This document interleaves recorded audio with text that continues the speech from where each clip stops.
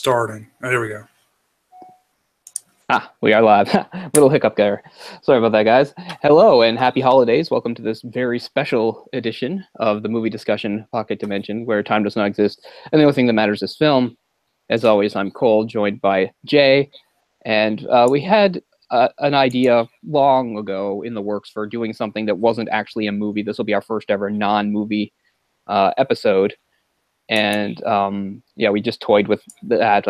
And the possibilities, and we talked about, it would be too much effort to try to do probably a full television series. They'd have so many episodes and seasons and stuff, and we don't want to change up the format of our show too much. But we thought there were some things that were smaller in scope that could be approached this way. One being like a TV miniseries, and then on the anime side of things, the OVAs, or original video animations. For people that aren't familiar with that term, it just refers to animes that were made, shorter animes that were made with the express intent of being released on home video, first on VHS and of course DVD and so on, and weren't actually intended to be broadcast on TV, although a lot of the more popular ones wound up being TV broadcasts anyway. But yeah, instead of like being a show with seasons and stuff and then getting brought to a home media, these things, and there's many of them, were made with home media in mind first.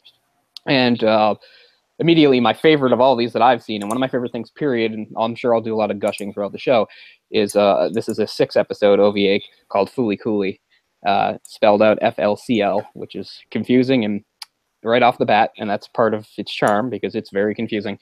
Yeah, just one of my favorite things to talk about. Came out in 2000. So normally when we start off with something, particularly if it's one of the things that I know a lot about or have a lot of strong feelings about, I usually launch into some sort of introduction and try to give background and stuff. I figure in this episode, we'll get to that. We have time and we will fill in those things. The only intro I'll give is my own personal history with it, which is simply that back in, I think, 2002, I saw this for the first time when one of my friends at university had it, and we were watching it in their dorm room, and it just sort of, even though this was a long time ago, back then I was still somewhat of an anime person, so I was familiar with a lot of stuff that had been in it, but it still sort of took me aback. And then I spent the next few years acquiring it, which was a lot more difficult and expensive than you might think. But it blows my mind. It's been 15 years since I saw it for the first time. So that's all I'll give for an intro on that. And as I said, we'll get into background specifics and things like that and all the other stuff. But I kind of want to jump into the compare and contrast because, like I said, I have a personal history with it. And I knew when I brought it up, it was something that I talked about and Jay had heard of before, but he hadn't seen. So I kind of just want to ask him, and as he said, because there's so much going on, there's so many references, it is sort of overwhelming to just see one view and not have time to think about it and then do, repeated viewings. But I just kind of wanted to find out, what your sort of initial reactions and thoughts are to it. I know I told you a little bit about it, but you knew a little bit what to expect, like it has a very wacky tone and stuff like that. It was funnier than what I was expecting, to tell you the truth. It was I thought that the humor translated really well for what they actually did translate, and some of the new stuff they added with the dub. Really funny. Really entertaining show. It's so much going on. I'd really like to watch it again, to tell you the truth. But right. Great characters. Enjoyed it quite a bit. Yeah, cool. Yeah, so I mean, what's funny is like at the heart of all this, what it is a coming of age story, although wrapped in all sorts of anime weirdness. Now, if you're an anime fan or even if you're not an anime fan, you probably are aware of the reputation anime often has for being weird and stuff. This is one of those that sort of really embraces that and just goes with it. Like this is just a lot of high energy weirdness, start to finish, pretty much. But at its core, it is a coming of age story, which I guess I was probably thinking of it again after, of all things, when back in September when we did one of my favorite other coming of age stories, a much more straightforward one, Stand By Me, which is much more straightforward and relatable. But this, as I said, underneath all the weird sci-fi wackiness and fantasy of an anime, there is sort of a basic coming of age story going here with our main character, Nota, a 12-year-old in grade 6, who basically is one of those kids, and a lot of kids go through this phase, although at different ages, it sort of depends on the kids, where you're just sort of fed up with being a kid, and you just want to sort of skip to adulthood. you're more mature than the people around you, and you don't like being treated, as a kid by the adults around you, especially when you see adults that you think are immature themselves and stuff. And that's basically what Naota's at in this point, and the arc that carries him sort of through that as the show progresses is basically him coming to terms with his own age and sort of being okay with it. Because when it starts off in the early episodes, especially, he's just sort of fed up with being a kid and sort of disgusted with the adults around him, and just will go to any lengths to distance himself from kid-like activities and things. And some of the stuff is very obvious to us, and then there's some other stuff that's a little more subtle if you're not Japanese, and that's I'm sure you probably picked up on it, Jay. Just like the talk about how he doesn't like sour drinks or bitter drinks and stuff. That's sort of like a kid thing, and like drinking the sweeter stuff instead of that. But then towards the end, trying to make himself drink the sour stuff, which we can relate to as like North Americans, kind of sure. Like kids don't really get why adults like the taste of beer or coffee. They're not sweeter goods. So you have that going on, but there's a lot more. So that's what's at its core. And what's funny also is that for all the sci-fi elements, this movie, this series, while being a coming-of-age story at its core, also has a grand space opera in the background. Like, it's all implied and out there, and we're just seeing a little tiny piece of it, just brought into suburban, late 20th century, early 21st century life in Japan. So, I mean, there's always been talk about sequels to this, and as late as 2016, they were talking about doing a sequel, and I don't know what their intention would be, if it would do a time jump when Naota's older, or if they could even just follow Haruko into space, which would make it very different. And I don't think I would like it as much, really. I like the setting what it is, but that's the other thing that's funny about it. And I mean, it's very often with a space opera that's a space opera, and the space opera is just in the background. It just hinted at like there's stuff like that going on, and this is a little part of it, but that's another thing that makes it sort of unique. Yeah, I feel like he's very much about to get in that teenage angst type type mode where he hates pretty much everying and everyone. He's got a head start on it, doesn't he? But probably a combination of his family situation, and he's about to go through puberty or is going through puberty, and his brother's moved away to play baseball in America. Right. So he's got a lot on his plate. There's a lot of themes running out throughout these episodes, and a lot of it just has to do with the writer and director like themselves. And that one is cats, another is baseball. So you'll see these things, and it starts right off at the baseball reference. You have Mamimi talking about the swing and stuff. And it's funny, as somebody who's always grown up and sort of disdained baseball and found it really boring and stuff.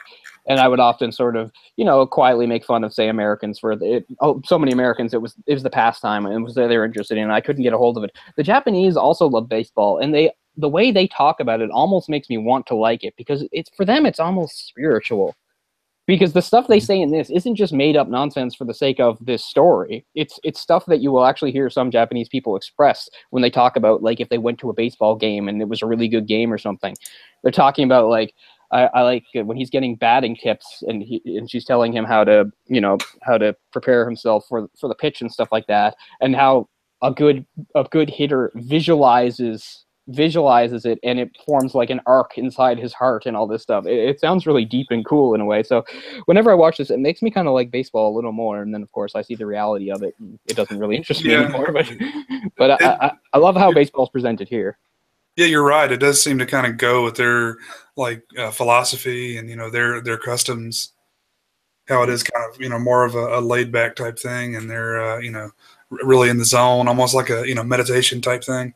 Right. It reminds me a little bit of, since hockey's what I know. A hockey comparison is, like a lot of Canadians, I live and die with hockey and I love it. But just like anybody, I can get fed up with the NHL, just like people can get fed up with the NBA or the major leagues in baseball, NFL, etc. Because about making money and being so corporate and stuff. Mm-hmm. It's like the best players in the world. And at this time of year, what's kind of neat is there's a tournament called the Spengler Cup that comes on every year, and it's a tournament that features sort of minor league European teams on a tournament, and then there is a Team Canada that's just an oddity. It's just Canadians. It's made up of Canadians who are playing in Europe that just make a Team Canada. But the rest of the teams are not national teams. They're just local teams. There's teams in Switzerland and the Czech Republic and Finland and stuff like that. And they have any number of nationalities on the team and stuff. It's always hosted in a beautiful little mountain place called Davos, Switzerland. And especially in Davos, I've always said, like, ever since I became aware of the tournament, was like, if I had ever been a professional hockey player, I don't think I would have wanted to play in the NHL and deal with all that. I just think playing for Davos would have been the dream. Because, yeah, you don't make millions, but they made a lot. But you make quite a bit of money. There's no tax over there. You live in one of the most beautiful places in the world. Instead of going on, like, instead of an 82 games season like it is in the NHL, it's only 40-some. Your longest road trip is, I think, 2 hours on a bus. So you're not being jet lagged and jumping around a continent all the time and stuff. And the other thing I was going to say is that European fans, people talk about this when you see European football, soccer, you know, how enthusiastic they are. It's the same thing here. Like, well, you watch a Spengler Cup game, especially if Davos is playing, the fans almost never sit down for the entire thing. They're on their feet, they're chanting, they're banging drums, they're all painted up, and it's crazy.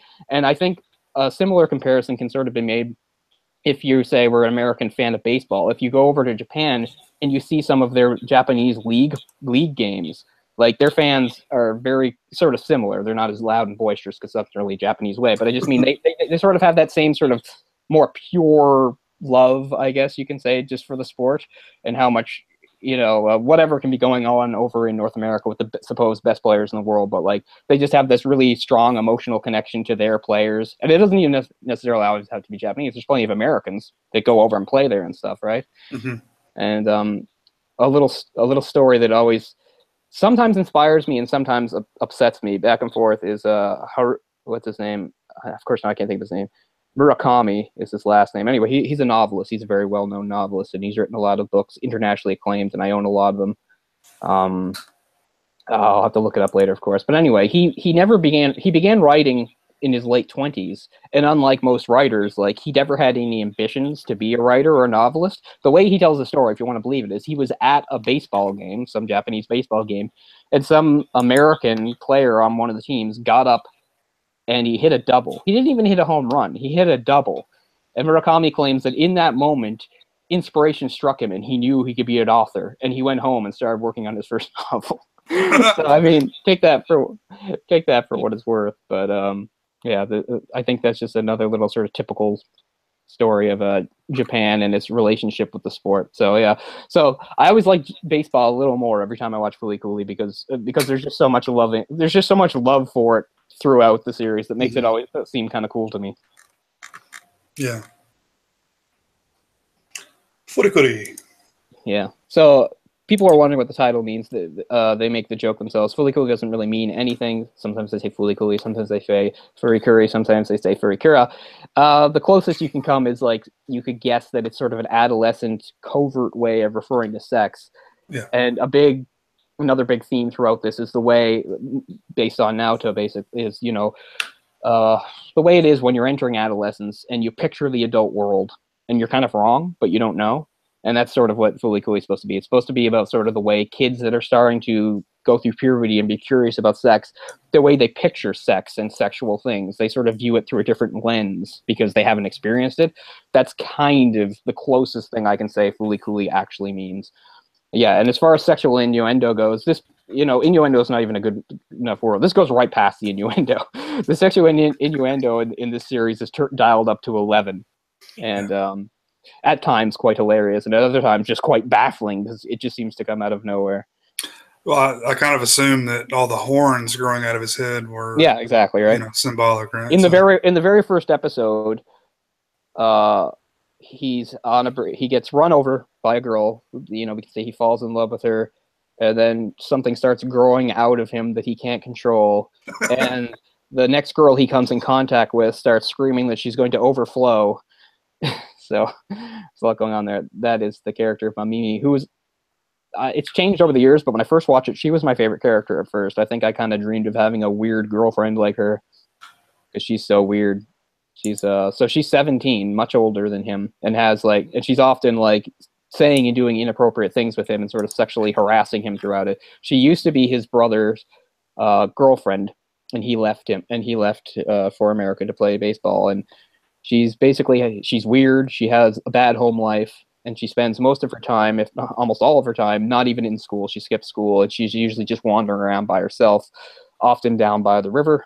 This takes place in a little fictional place called what is it, Mobese, which is just a little fictional town that reminds me a little of my hometown too, in that it was an industrial city and also has sort of a dirty little river running through it and stuff. And there's often a lot of scenes, mostly with her down by this dirty river, and she's smoking cigarettes and stuff. And she's ostracized by her peers, even to the point where kids in Naota's own age group are making fun of her and stuff. But she has this weird attachment to Naota, mostly through the brother. But yeah, so their relationship is really weird as it goes through. Like it's weird and inappropriate at times, but you also feel sorry for her. And as he starts to grow up more, she loses interest in him. Is how it goes. And you can tell that right off. Again, this is another Japanese thing. His name's Naota. She often calls him Takun. There's not really a good translation for it. It's kind of like calling somebody like Jimmy or Billy, but not exactly the same. But it basically means it's like a term of endearment for someone young. And it's supposed to highlight the fact, again, of him wanting to be an adult, that he doesn't like being called it. Like, it's like being treated like a kid and stuff. It also works as a sort of a shorter version of his older brother's name, Tatsuya, I think is the name. Or no, sorry, Tatsuku, who is never seen throughout. He's often mentioned, but never seen. He's the unseen character, like the absent father in the Glass Menagerie. Okay, maybe that's a little too highbrow for this, but I love my classical references. But yeah, so this starts off with a bang and doesn't really let up throughout. It's a high-paced, high-energy show with tons of movement and stuff coming at you, and just a flood of references and jokes and puns. And Jay and I, for the purposes of keeping it somewhat more simple, we watched the English dub of this. And I'd say it's one of the best English dubs out there, that they've really put a lot of good work into. Not only the voice is good, but there's a lot of problems that the dialogue faced because, again, a lot of the jokes and puns don't translate in English. So they really do their best to try to make some of it translate. Although there's a few moments, and we'll get to them later, where they just sort of threw up their hands and went with it. That leads to some things that seem sort of nonsensical. And another thing is some stuff they just don't bother to translate, such as sound effects. Right in the opening dialogue, when Mamimi is talking about, the perfect swing and connecting with the ball, she says "kakin." Well, over here we don't say "kakin" for a baseball bat hitting a ball. We don't say that. We also don't say "yoshio" when we're picking up something heavy. But they just leave that stuff in there, which I think is kind of funny. It adds to the charm. It adds to the charm. It's fine. It doesn't bother me at all. It actually kind of gives it a little bit of charm. Yeah, I think so. For the tone, it works really well. Normally we would frown upon a dub, but I think in this case, it's probably the best way to go, as far as us actually being able to get the what they're trying to get across to the viewer. Right, and a lot of good effort was put into the dub. Like the voices are good. The voice actors, they're pretty good. We've all heard some bad English dubs where it's like, where did you get these people? Like, no, they got some pretty good people. The director oversaw the dub too, so it's like he personally made sure that it was what he wanted and found voice actors that could be similar to their counterparts. Sure. Yeah, I think so. And as you said, just like you, I actually prefer the English dub voice of Haruko. Yeah, and she's just like, she's an over-the-top ridiculous character all the way, and she never lets up. In the Japanese, it's almost too much to take because the voice is just so exaggerated in a way. Yeah, I just saw the first episode in Japanese, and that was one of the big things I came away with was, and I couldn't imagine later on when she's screaming constantly. Yeah.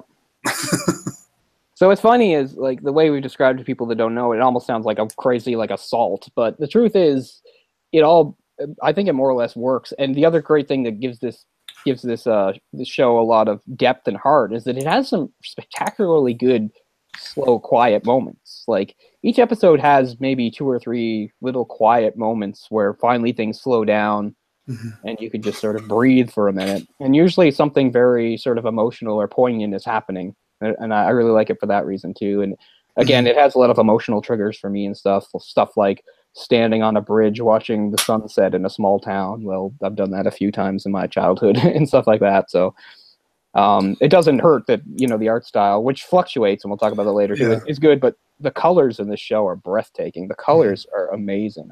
I love them so much. It's one of the best. It's still one of the best, like, visually pleasing animes out there, which is high praise because anime often have, a reputation for looking really good. And you can even watch an anime that you think is kind of crap and you don't really enjoy the story or anything, and it's still usually nice to look at, so that's pretty high praise, I think. But yeah, as we were talking about references, so some of the references even go into art style. There's so many art styles represented that you'd have to be even more hardcore anime person than me to recognize them all. But every episode has about 2 or 3 art shifts that are at least more recognizable and easy to pick up on. And they range from subtle to all the way to being so weird that there's actually a South Park that's a sequence in one of them. That's a big one that stood out to me. Yeah, I would think so. But there's a few others that this is a Gainax production, so most of the references, whether they're art or through dialogue, are to Gainax. And what's funny is, again, for those who don't know, is that Gainax, kind of right after this, would develop their reputation for leaving cliffhangers and not finishing things or rushing things. And this show actually doesn't do that.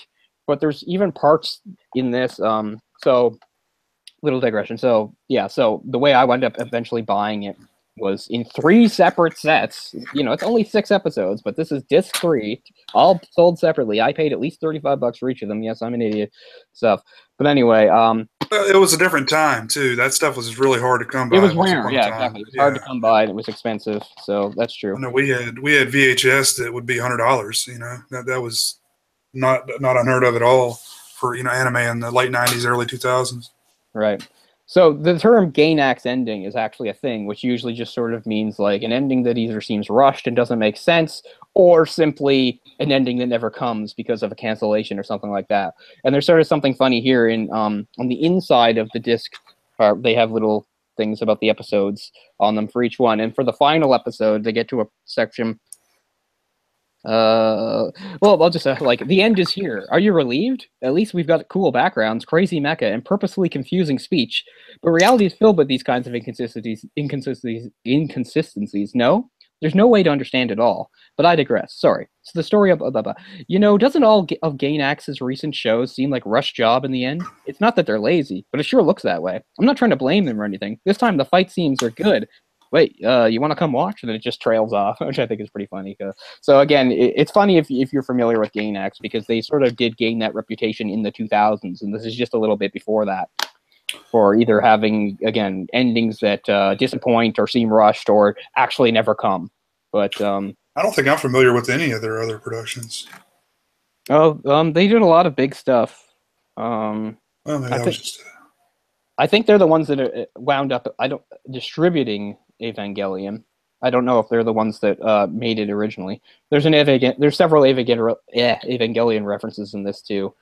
There's a great moment where Naota's father. So he has this kind of a weird home life. His mother died. He lives with his father and his grandfather in a house that is also part bakery. So basically, that's the main living.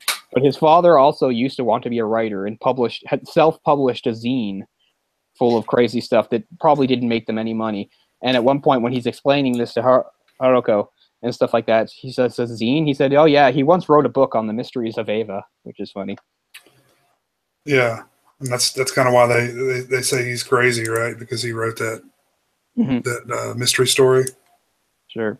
And his father, and another thing that feeds into the fact of Naota, being disgusted with adults, is his father sort of a great example. So that his father never seems mature to him, and usually just seems, completely immature and wacky and perverted and stuff. And and being around that for his home life drives Naota crazy, because he wants, adults to act like an adult, and he feels like his father pretty much never does. Although, again, in little quiet moments, his father every once in a while does have something at least semi deep to say, although it's hard because most of it is just like a lot of his crazy nonsense again. Gainax did Corpse Princess. I'm familiar with that. Okay. They've done a lot of stuff. They sure have. They really picked up actually after this show. Yeah. But I don't see the point really in trying to explain the plot too much. We'll just say that Haruko is a weird alien girl that comes into his life and changes everything. We'll say that. Naoto living his little small town boring life, his opening monologue about everything being ordinary here. And so, yeah, the little town Babase, and how at some point in the recent past, a weird supposed factory, this big, giant, mysterious building that looks like an iron, was built. And he said all the adults were excited because they thought it meant industry and jobs and stuff like that. And that's core to the plot, too, although you don't really find out any... the last episode hopefully makes everything make sense. It is pretty good at finally giving a bit of payoff, but there's plenty of other stuff that's still kind of up in the air, which I think is kind of on purpose. But at least they give you somewhat of an explanation for what medical mechanica is.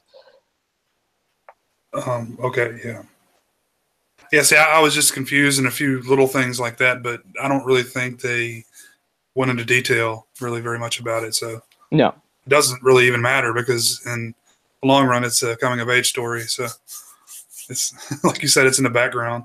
Right. The kaiju and everything is kind of happening in the background. Right. This is not one of those animes where you're trying to figure out the rules, because you'll probably go crazy, because it doesn't seem, because every time you think you've got them, something comes along and completely what's the word I'm looking for, contradicts them and stuff. But for instance, so when Haruko comes, she's drawn to Naoto because he's supposedly one of those individuals that has a unique sort of potential and what they call NO, an NO factor, which means like if he comes into contact with the right thing or something, it can open. A trans-dimensional portal can be opened to his head, and bring things through. And that's usually what happens to him a couple times an episode. Is that some horrible mechanical thing will come from another region of space through his head. Mm-hmm. And in the first episode, Conti comes. Conti being the bipedal robot with the TV head. And throughout it, we think that maybe he's controlling. But as you find out, and when he combines with Conti, it makes Conti more powerful. And there's a point where some of his friends think that he's controlling the robot, but it's not true. Actually, all he really is sort of cannon fodder. He's kind of like literally ammunition for Conti to use. And whenever Conti ingests him, he turns red and sort of becomes powerful and battle ready and stuff. And again, all sorts of sexual innuendo going up that, horns growing and things bursting out, and the horrors of puberty. Kind of a more vivid example, I guess. Yeah, in the first episode, that's when they really say the title. It goes to comic strip style. That's really cool. I like that. There's two manga sequences in the show. In the last episode bookends and redoes some of the stuff from the first, including the manga. And they're just like, we said we weren't going to do this twice, because again, just to let people know, this breaks the fourth wall all the time, if not shatters it. There's a lot of different examples of it, but probably my favorite is just a little aside by Nota, where he's talking to Haruko in his room, and she tries to cover up something. So then she starts talking about the way to have a rock star stance with a guitar, and she's dressed like Elvis, blabbing about stuff. He turns to the camera and just says, "This is pretty difficult to understand, isn't it?" Which I think is great. But that's another thing where if you watch the English dub and English subtitles together, the English dub is its own thing, and the English subtitles are basically still just a translation of the Japanese. So when she starts naming bands, she names Red Hot Chili Peppers, Rage Against the Machine, somebody else, Filter, and oh wow, they're really dating that, yeah. Yeah, and somebody else. But if you have the subtitles on, she just names a bunch of Japanese bands. And what's funny is, like, for both it works. He just says one of those doesn't fit in with the rest, which is kind of funny. But, I guess we could mention the music. If you wanted to, the sure, soundtrack. Absolutely, yeah. So great soundtrack, and it's too bad I'm here. It's funny. I really wanted to do this episode while I was here because I thought it would sort of be a special holiday thing where we might have a little more time and do these things.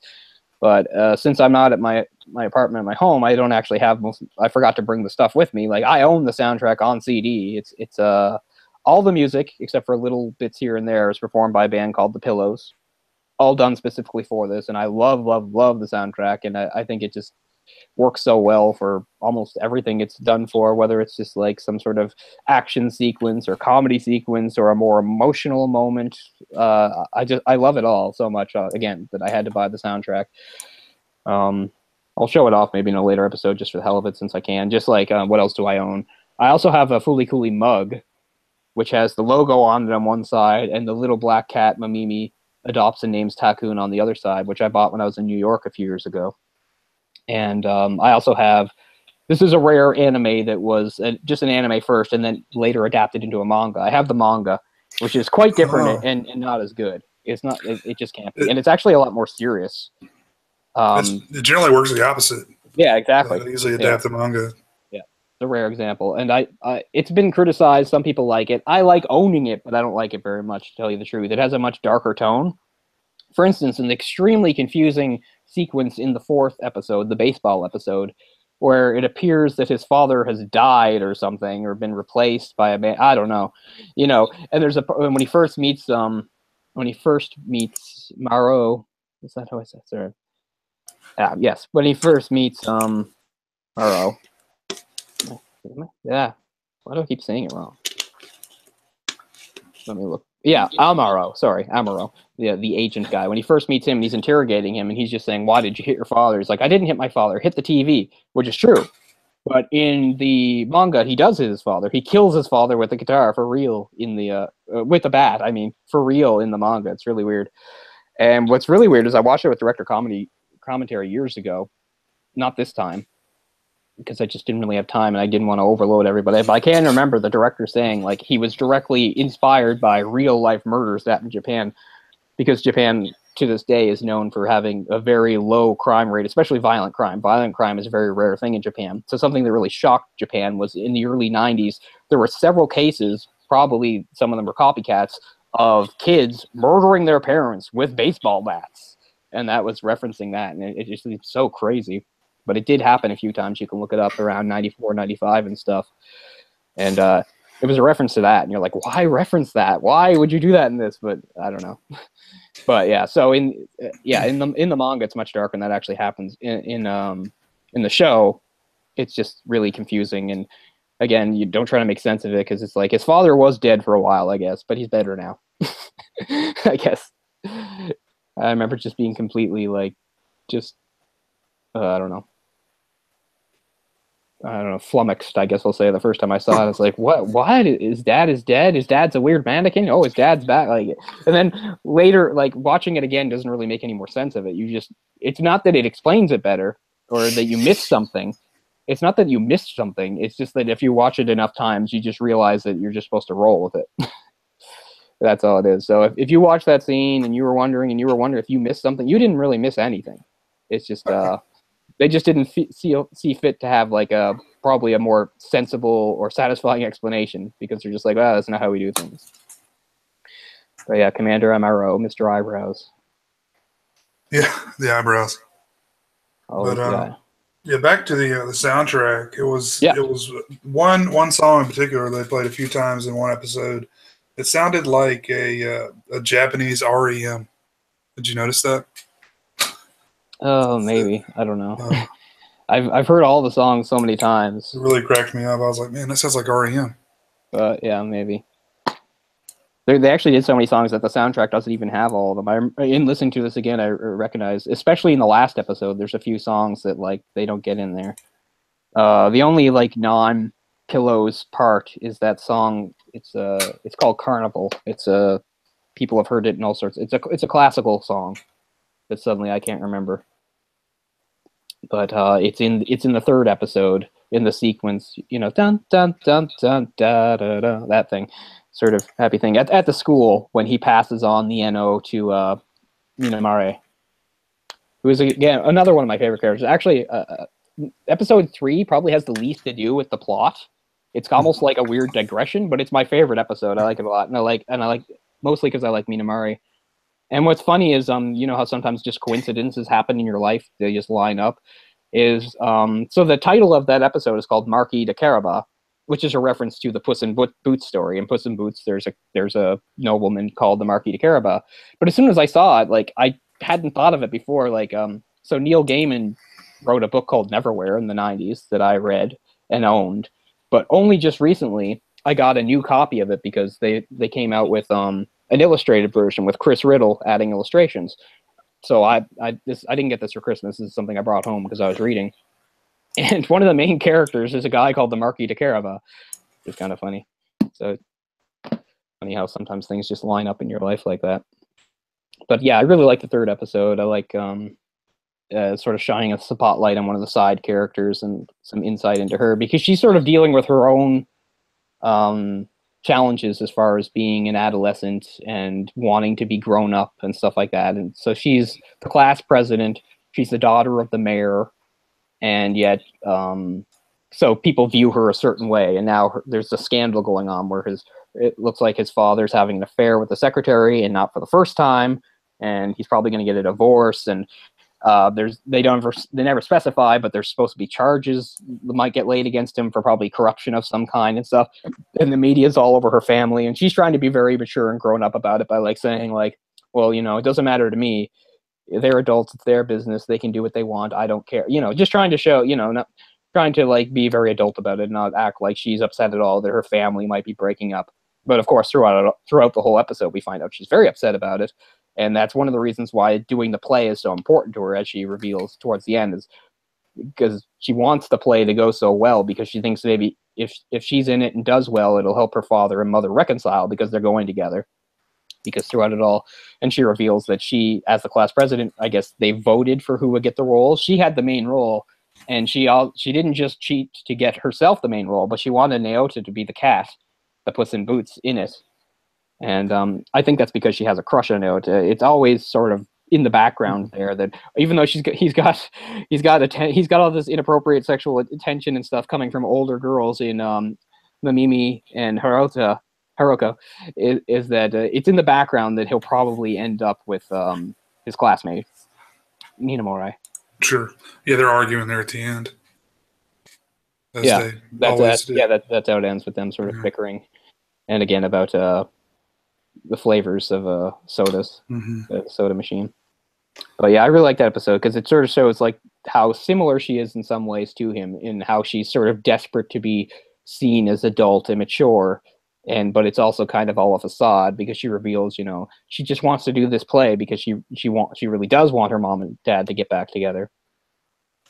And that is essentially what happens. You get a little epilogue in the monologue there by Naota at the end. Like, in the end, you know, her father didn't get charged. They didn't get divorced, and Ninamori didn't switch schools or anything. So it all sort of blew over. But throughout it all, she was actually a lot more affected by it than she wanted people to know. I don't know. It's always been my favorite episode. I like it a lot. But yeah, that's got the one sequence where the music isn't the pillows, where it goes into a classical thing instead of the three-piece rock that the pillows do. I'm kind of amazed, like how much a three-piece band with guitar, bass, and drums can really do different moods for all these different scenes. But they do a really good job of it. Yeah, they're supposed to be in the sequel too. If the sequel ever happens, it's going to be them doing the music again. So I guess they're still together, which is kind of a nice thing, because easy for me to forget how old this is now. To think that it was 15 years ago that I saw it, and it's actually about almost 17 years old itself. It's crazy. Mm-hmm. Yeah, most bands have two guitar players, right? Isn't that what? Yeah, usually. Yeah, usually you have a rhythm guitar and a lead guitar. Mm-hmm. I can think of like Green Day only has 3 members. Mm-hmm. But with so many of those, you know, they're now called power trios. A lot of them, it doesn't even really work anyway, because every time they tour, they almost always have one, if not two, extra touring guitarists anyway. It's like, why don't you get they got to be like a full-time member? But they just get the guitar tech to come out on stage. Yeah, I don't know, but like, power trios were sort of a new thing in the late 60s. Like, the main reason at first that in the 50s and 60s, the late 50s, early 60s, when the whole idea of the classic rock lineup of 2 guitarists, a bass and drummer formed, the main reason there were 2 guitarists didn't actually have to do with the music being complex and having 2 guitar parts. It was because of the technology. Amps weren't very strong back then. and it was just so they'd have a more loud, full sound. Sometimes you'd have the guitarist playing the exact same part. It was just to add more volume to it. And that's where you get the term power trio, is like in the later 60s when they were finally making stronger amps, you didn't need to have the extra player if you didn't want to. And probably the most famous around the time was like Cream.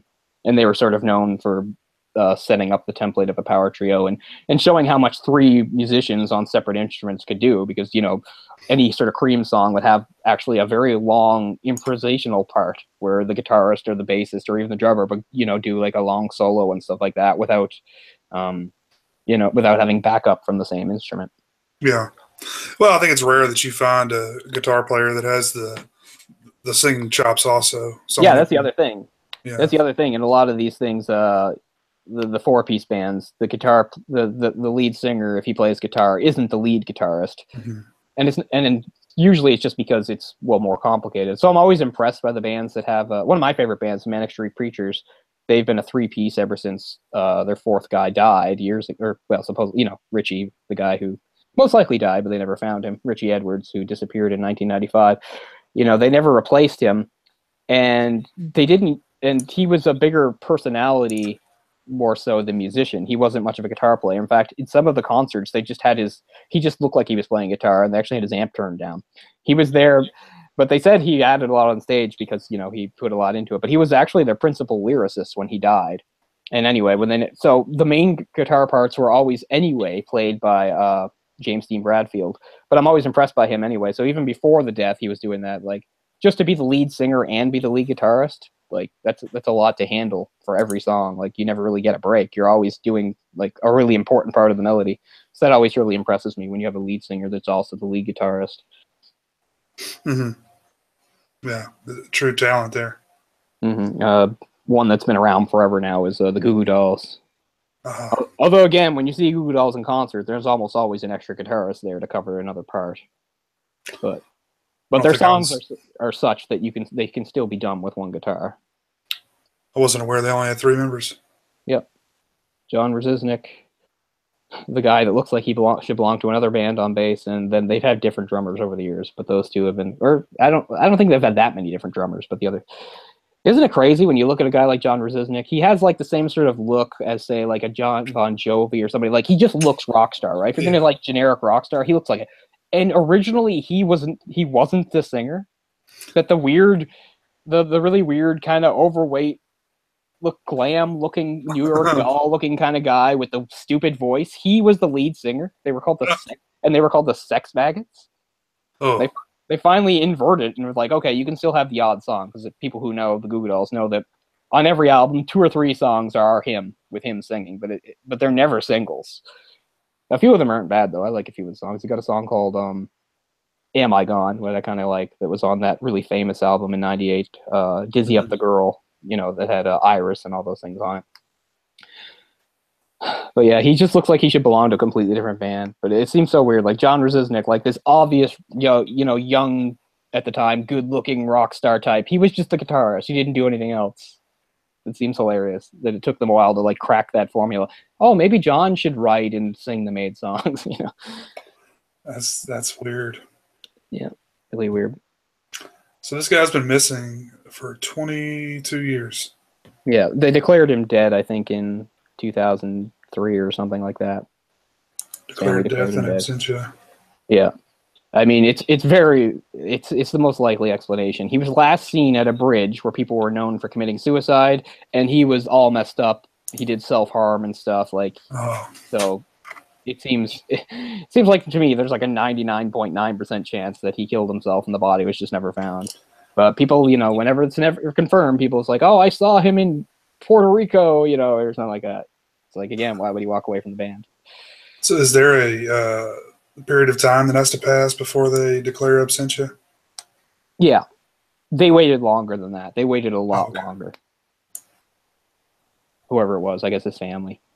Oh, okay. I didn't know if it was a legal thing. Yeah. Like they could have a lot sooner. They like held out for a few more years and then just did, I guess. But actually, an album they did back around 2004, when he'd been gone for some time, called Peeled Apples, all the lyrics are by him. They like found some of his journals and stuff, and the entire album is his lyrics. And their lyrics changed a lot when he went, because the bassist Nicky Wire took over lyrics after this, and his are much more political and stuff, whereas Richie's were much more introspective and personal and dark.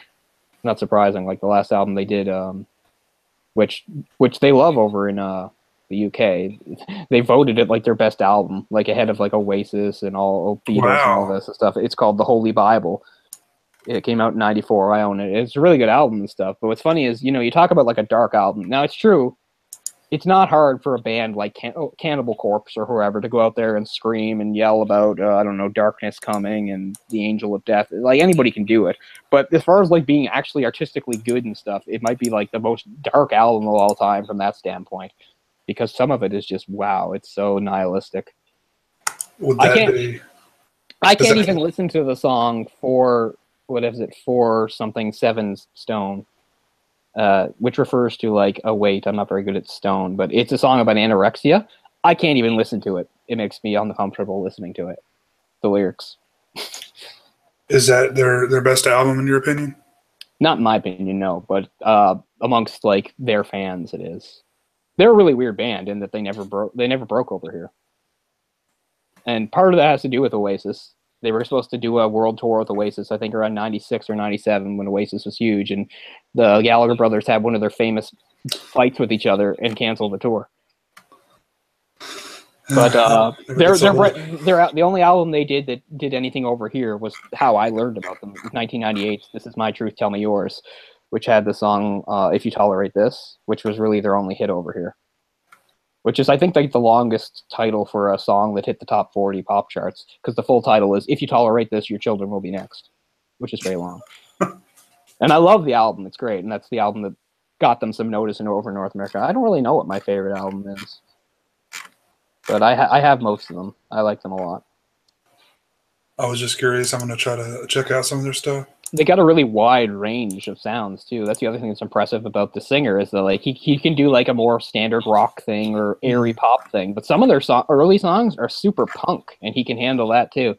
Their first album is called Generation Terrorists, and it came out in the late '80s, and you can hear like some really '80s stuff in it, like like the '80s drum style and some of the overlaid guitars and stuff like that. But then there's other songs on the album that just like seem like there's no way it's from that album, like Little Baby Nothing and Motorcycle, and like it's unbelievable that it's from back then. And what's hilarious is another thing, I know we're doing a big huge digression now though, is how often I'll find that bands that I really like and look up to and I love their music, how like members of those bands or the principal songwriters or whatever often looked up to bands or musicians that I hated. For instance, like one of Kurt Cobain's favorite songs was Seasons in the Sun, which is one of the worst fucking things I've ever heard in my life, and I hate it more. I don't know if you remember that song. It's an old song from the 60s or 70s. It's so awful. It's about a guy who's dying, but not fast enough, if you ask me. I hate it so much. But anyway, that was always one of Kurt Cobain's favorite songs. Rivers Cuomo from Weezer, who I always loved, is a massive Kiss fan, and I can't stand Kiss, stuff like that. So the thing about Spanish Freak Preachers was when they formed, I don't know if it was the music itself, but they said that as far as a philosophy goes, they loved Guns N' Roses, who I loathe, and their original idea was to make an album that was like as big as Appetite for Destruction, and then just stop and like blow everybody's minds and leave. And of course, that's not what they did at all. They made an album that was okay, and then they just kept going. They've been making albums for 25, 30 years now. But so it's weird sometimes when you hear about their influences and things they like. So I'm like, yeah, I love Weezer, but I would never listen to Kiss. It's weird. Yeah, I'm not a big Kiss fan either. It's there's a time and place for that music. I'm just not into it. It's kind of like when I talk about when Mike talks about his love of some of the '80s rock and metal, about partying and having a good time. Like, yeah, I got no problem with that. It's not my thing. I kind of lump them in a group with like AC/DC. Like it seems like they're playing the same chords every song, and pretty much every song sounds similar. So it's just I don't know. I like some songs of both those bands, but just not not a huge fan though. Yeah, but I mean, Kiss have a certain integrity in that, like, at least they were always upfront about what they were. We talk about bands selling out, and of course, when certain bands did disco style songs, Kiss did I Was Made for Loving You or whatever, and people like accused them of selling out. But I was like, there's no way Kiss sold out, because selling out is their whole thing. They're a commercial product. That was the point. That's why they exist. They didn't have any artistic integrity at the beginning. It was all about selling records and being a brand name. I mean, Kiss is on every piece of merchandise in the fucking planet and stuff. So I do not call them sellouts for doing a disco song. I was just like, or people calling them sellouts because they did that ballad that the drummer used to sing. People hate it. It was some girl's name. I don't know the song, but anyway, a lot of people got mad at them for doing a ballad. You can buy a Kiss coffin. Yeah. And I'm sure people have, because they've got big fans, and I'm not trying to insult their fans or anything like that. No, it's great to love something passionately. I love other things passionately myself. Not Kiss. I think of the Family Guy skit. When, talk about Kiss. You've seen that, right? Oh, yeah. I think you may have told me about it, actually. Well, yeah, there was something, I can't even remember what we were talking about. We were talking about something not to do for an episode or something like that, because we wanted to be able to actually have discussion on it or something like that. We don't want, and I said we don't want to turn it into this. And it was the part where they're on like the local cable access show called Kiss Forum, and he's like, "You're on Kiss Forum," and they have a caller. It's like, "You're on Kiss Forum. Hey, hello, caller. What do you got?" And the guy goes, "Yeah, Kiss rules. Woo!" and hangs up. And he's like, "Good point. Good point." It's like, all right, wicked hard. Yeah. And the next caller is like, "Kiss sucks." Yeah. And he's the guy from Styx. Oh, that's right. They're like, "Is this the guy from Styx?" He's like, "Yes, it is." And he's like, "Oh, do you want me to take what was it? Come Sail Away in Detroit Rock City or something like that, and play them back to back and see how they stack up? You want me to do that?" And he's like, "No," and he leaves. But yeah, no, I always think of that little moment, because I was like, yeah, it's what I don't want a discussion show to turn into. It's like, this was good. Yup. This was good. Yup. You know, instead of actually talking about anything or analyzing it and stuff. Right. But anyway, back to this. Yes, the Pillows. Tremendous music. It's funny how sometimes things just fit. It just fits so well. I can't like imagine anything else, you know, setting the tone for the music of this show. And on a future episode, I'll show off the soundtrack just because I can, and the mug, and the manga, because why not? But yeah, here's how I own the DVDs. So 3 separate sets, just 2 episodes each. Each cost me well over $30. And what was really annoying was they looked like this. I'm pretty sure this is how my friend had them, but I think he'd gotten them. He got them before. I think they were even available in North America. I can't remember the story. His sister or somebody was in Japan and got them. I don't know, something like that. What was annoying was at least the first one, I don't know about the other 2, but the first one had a booklet that was full of stuff that would explain the references. And these don't have that. And that breaks my heart. Now, in recent years, there's a Blu-ray set where you just buy it all together, which I will get eventually. And I haven't looked into it, but I really hope that has that booklet, because it would really help. Because, yeah, it had a booklet that would talk about, like, different, like, things that are referenced in it, like whether it's food or a pop star or something like that. So, because, yeah, the references in this are just rapid fire and crazy.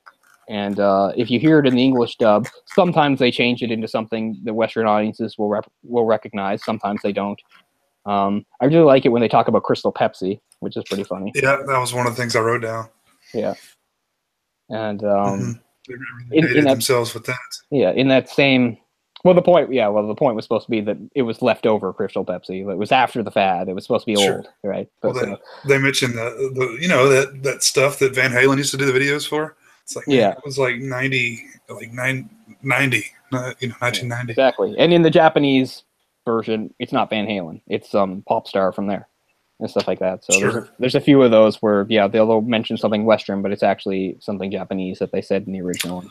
That makes sense. I wanted to write more of those down, and I was feeling a bit sick before the show. I probably shouldn't have waited so long to do it, but I was just like, I'll just take some of those down. But I was feeling so sick before the show, and I was in and out of the bathroom, and I was like getting none of it written down, which is too bad. Yeah, it looks like you can buy that set that you have for right around $30 for all 3 in a box set. Yeah. But I don't see the version I watched was from Netflix, and it oh, really? And it had all on one disc, so I'm not even seeing that for sale anywhere. It's kind of odd. And has the commentaries on there also. Yeah, this has the commentaries, which is good. But it didn't even. But again, I just didn't think to watch it this time because I didn't want to. I felt like I have so much crap to say about this. I didn't want to overload people with information too much on it. But I'm trying to see what else is on here.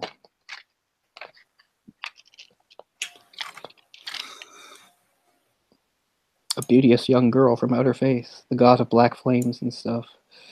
Yeah, we'll talk a little about the characters. So, Mamini again was the high school girl that's hanging around with him that he feels sort of sorry for, that she has sort of a weird attachment to, mostly because she was his brother's girlfriend and she's got a troubled home life and stuff. And she's also just a little bit off.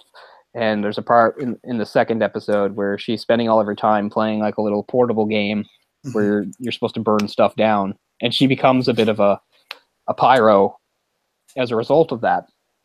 Now, I can't remember if we talked about this on air before, but Jay and some of my friends on the Sausage Factory have heard me bitch about how I won't watch the show Stranger Things because I felt like Stranger Things, I'm sure it's very, very different, but sort of its setting was very similar to a play that I wrote about 10 years ago.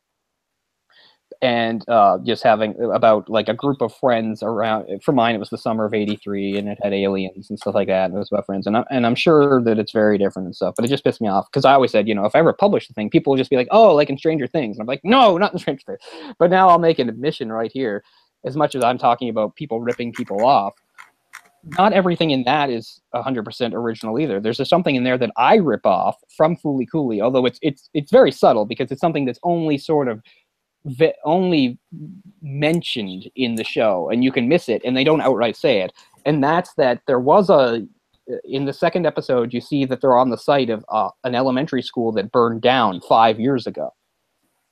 And it's basically implied through the dialogue, although you never, and the circumstances, that Mimi did it, that she burned down the school.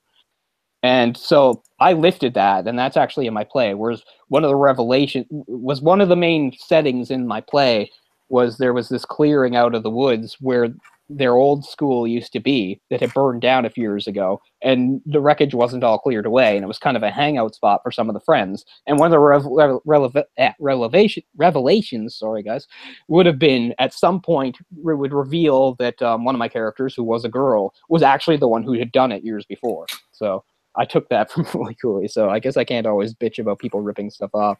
Plus, to my knowledge, the people in Stranger Things somehow never actually were aware of the thing I wrote 10 years ago in my dorm room or whatever in Halifax. So I think they did their fair share of ripping people off, and I don't think they make any no effort to really cover that up. So how's that second season anyway? Isn't it like is it good? Still haven't seen it. Okay, because it seems to me like, and I know we talked about this with the era of like Star Wars going on and people forming opinions on that. It just seems to me that like Stranger Things was one of those rare things lately that comes along that everybody really likes, right? Where almost everybody likes it. There's a few people that don't like it, but most people are like, yeah, it's a really good thing, breath of fresh air. I really enjoyed the show. Most people are up on it. So it seemed inevitable that the second season people would be pissed off about, and that's what I'm hearing. It's just like, oh, big letdown. It's already become like a joke. Oh, it's like the second season of Stranger Things. Oh, really? Okay. Yeah, I mean, from people that I knew that were really big fans, they enjoyed it. Okay, that's good to know. Because again, this is just internet shit, right? Like, who knows what to take of it? Because that's what I was thinking. I was just thinking, well, people are just like, there's always something that needs to come along for people to bitch about. Star Wars is one of them.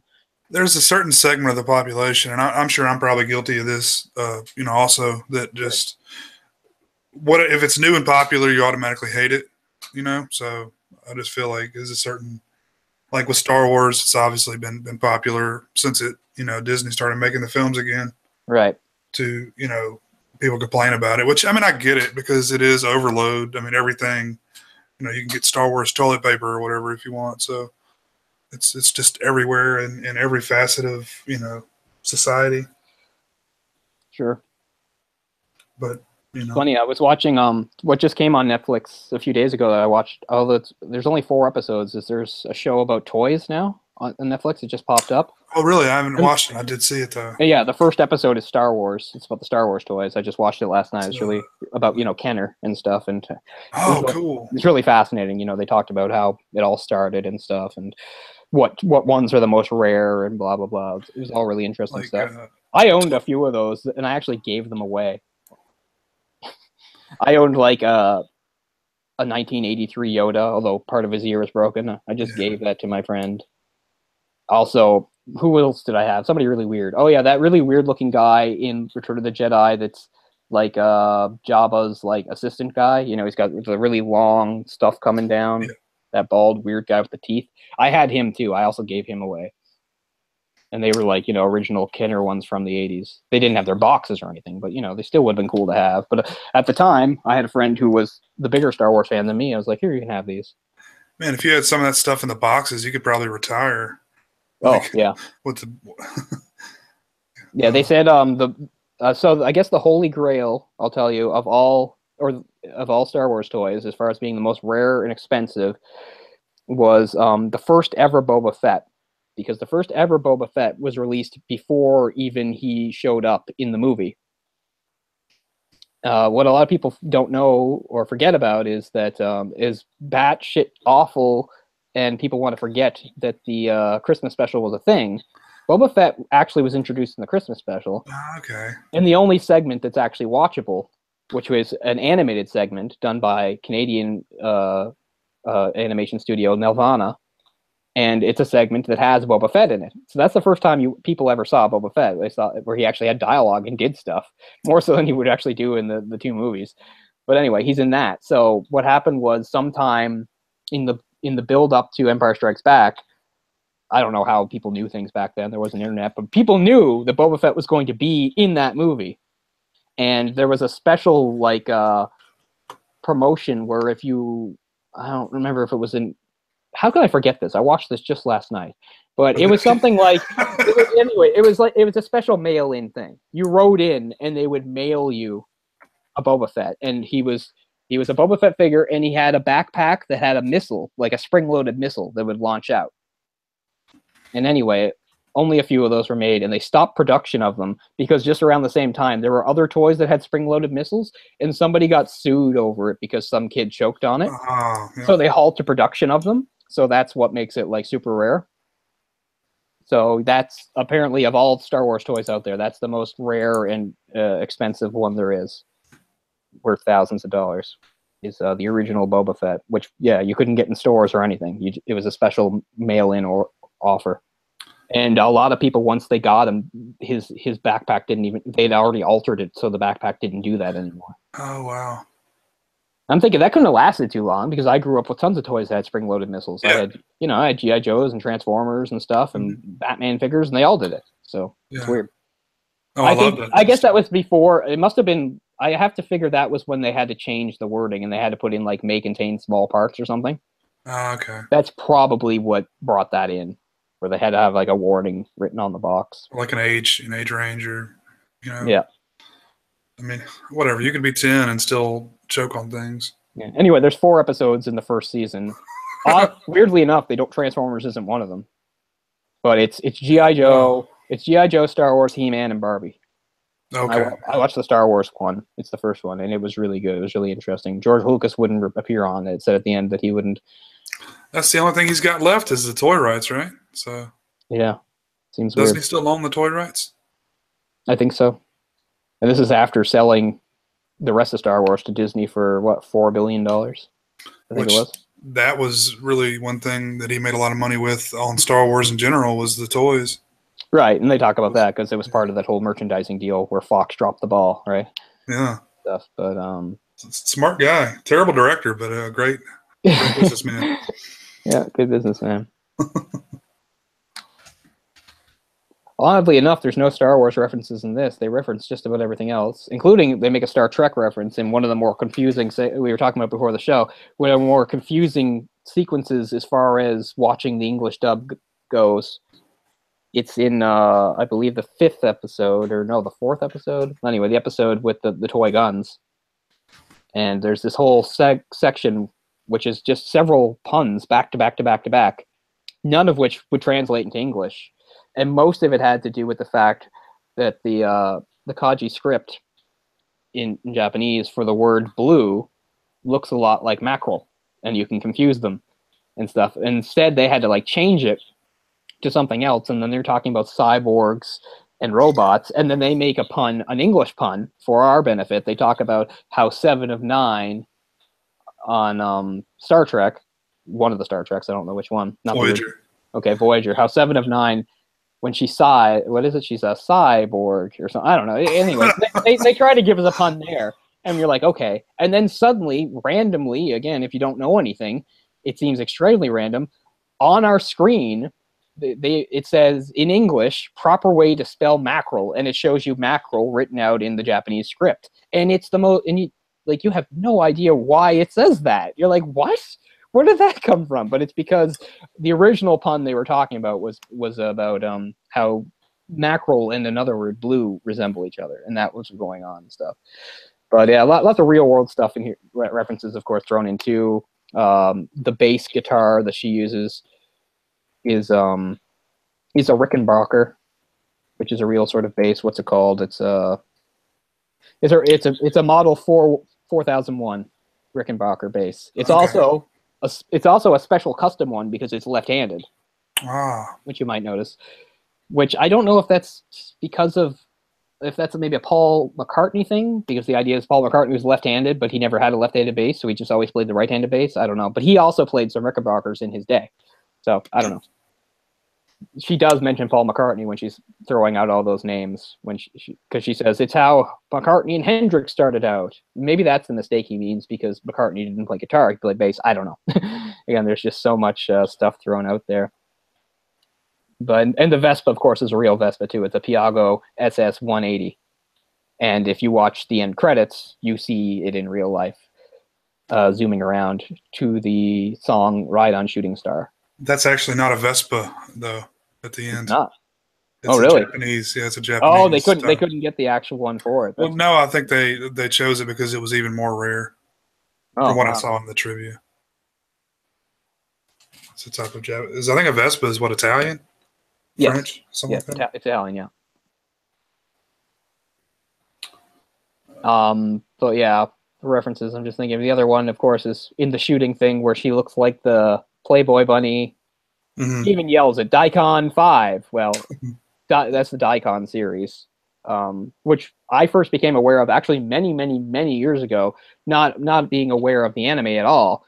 But what was, I've sometimes talked about something that I have to get again, that I'll buy on eBay someday, that I used to own, was EGM's largest issue, December 94, was issue 165, and they had a whole section of import Japanese games, and one of them was a game based on Daikon. It was a side-scrolling shooter where you were her. You were flying around as this Playboy bunny girl shooting stuff, and I was kind of fascinated by it.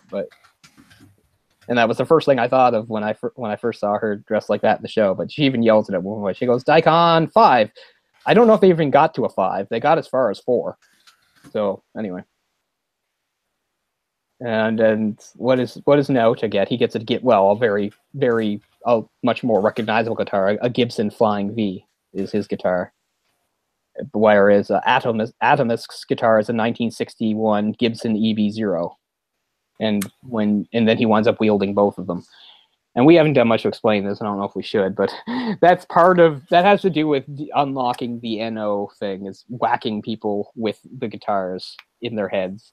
And if people are wondering, well, wait a minute, well, how did Nina Mari get it? It's because she and Naota touched heads at one point, where their heads cracked each other. So he sort of passed it on to her. So she temporarily had it, which, yeah, good enough, funny. Yeah, it was funny.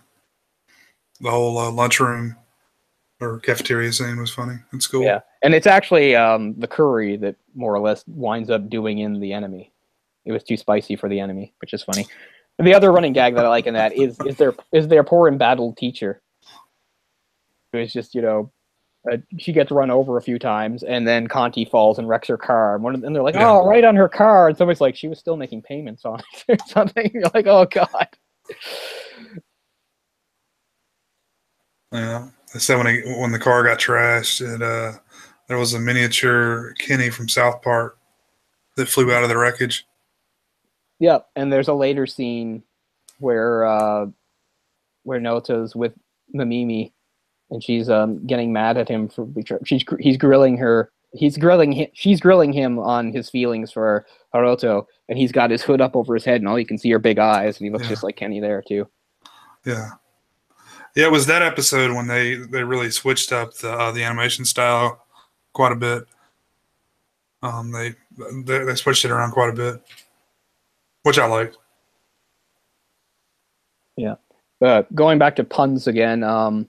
So the lieutenant there, Kitsurabami, the girl that falls in love with Kanti, Kitsurabami is named after a color, which in Japanese is light brown because she's supposed to have like a dark skin tone. So that's where that comes from.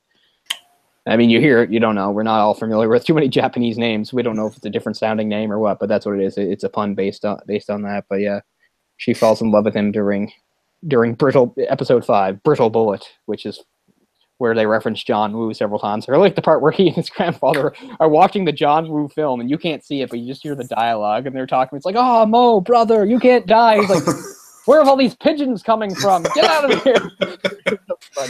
That's always funny. John Woo, and actually, the guy that directed that episode, he was like a guest director, was a director of a couple of animes that were basically John Woo film ripoffs. Although I can't remember his name now, of course. But yeah, they like the alliteration and stuff too. Mm-hmm. I mean, Haruko's name is Haruhara Haruko, which is kind of like har har har. You got 3 hars in there in a row there. So even in the Japanese version, they did some of this with English phrases and words in mind. Yeah. Really clever stuff. As we said, they can go right by us. Yeah, I was noticing that in the one episode I watched in Japanese.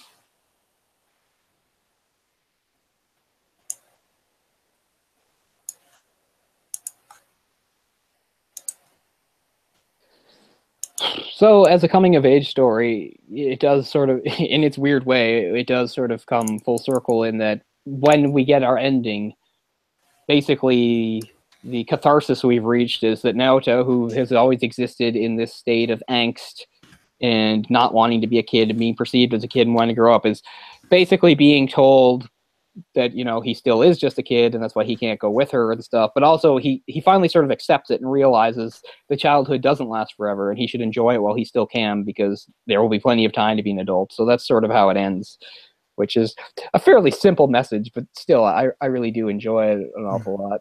It is a really satisfying ending. It's one of those shows where the later it gets, the more kind of depressed I get because I know it's ending, but it does end on a note that makes me happy, even though I do worry about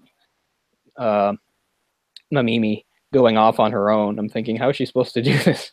She just goes off to be a photographer because that's the other thing she does throughout it is she's always snapping pictures and stuff.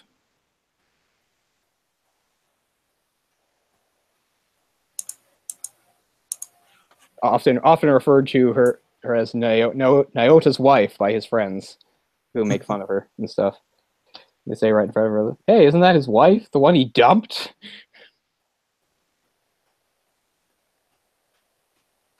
That high school girl, as referred to as Emerald.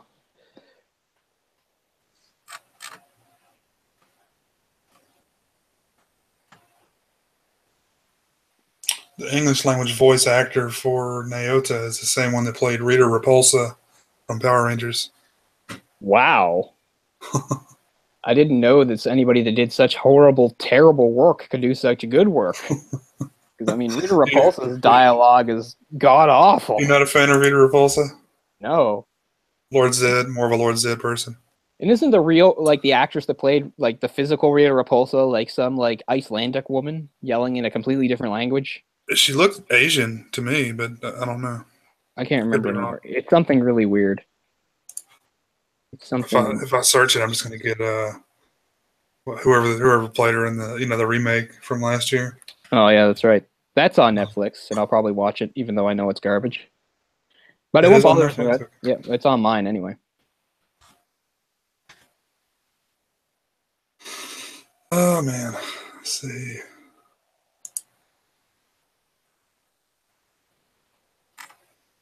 Oh, Elizabeth Banks. Yeah, that's who I was trying to think of. That's her in the new. Wow. The new one, yeah. Yeah, the old one's hilarious. She always has some crazy look on her face. Yeah, and she's yelling stuff that has nothing to do with the dialogue that they dub over usually. She's probably not even from the same show. That's what I. Yeah, exactly. The whole Power Rangers thing and Super Sentai stuff. It's all They did that with that's a so whole many. episode. Yeah, it's really interesting what they did there, but because as they went on, I mean, I think they still may make new episodes of Power Rangers, but it's still using like old footage. Yeah. Oh, there's been I don't know how many there's been. Lost track. There was Big Bad Beetleborgs that did the same thing, also made by Bandai. Yeah, great title. I believe that was it. Something. There's a really cheap one from around the same time too. What was it? VR Troopers or something? Yep, that was one. Man, that was one cheap looking thing. They all look kind of cheap to me. I mean, because it's when it switches back, you can tell it's like aged incredibly. Oh God, yes. The '70s ones are actually pretty good. Mm-hmm. I've never actually seen the originals. Seen a couple episodes of the '70s ones. They didn't have any girl characters until like one in '79. I loved her. Her name's Megemi something. I thought she was awesome. She was the first Pink Ranger. I remember watching a bunch of those episodes because I had a big crush on her about 5 or 6 years ago. I had a big crush on Amy Jo Johnson. Yeah, I know it's funny now, and so did I. And now years later, I'm thinking, wow, Trini was way hotter than her. But at least that's how I feel. She died when she was 27. Did she really? Yeah, from car accident. Oh, wow, that's terrible. What's kind of interesting is you remember a few years ago when it got people excited about like doing like a cool Power Rangers movie when they did that like fan film on YouTube. They even have a thing where like they have like a flashback of Trini's funeral. Like they had the idea that like since the actress died, they would have in their continuity that Trini actually died. So they have like a flashback of her funeral. I haven't watched that in a while, but people want to watch that. I'm sure that's still on YouTube. That got everybody's hopes up for like a really cool, badass Power Rangers movie that never happened. And it flopped as far as money's concerned, so I don't know if it's any good or not, but I haven't really heard anybody talk about it, to tell you the truth. It's From what I've heard is like not only is it a bad movie, but like if you're actually one of the people that liked or enjoyed Power Rangers or even wanted to like get something sort of nostalgic out of it, they throw all that kind of shit out the window too. Like there's nothing there that like there's nothing really there that pays tribute to it or uses the story correctly. It's just they slap the name on and do everything different as far as I can tell. Like the fact that Rita Repulsa is the bad guy makes it sound like there's that connection, and I guess there is a Zordon and stuff, but it's all really different. Yeah. If 7 of 9 heaves a sigh, you get a cyborg. That's it.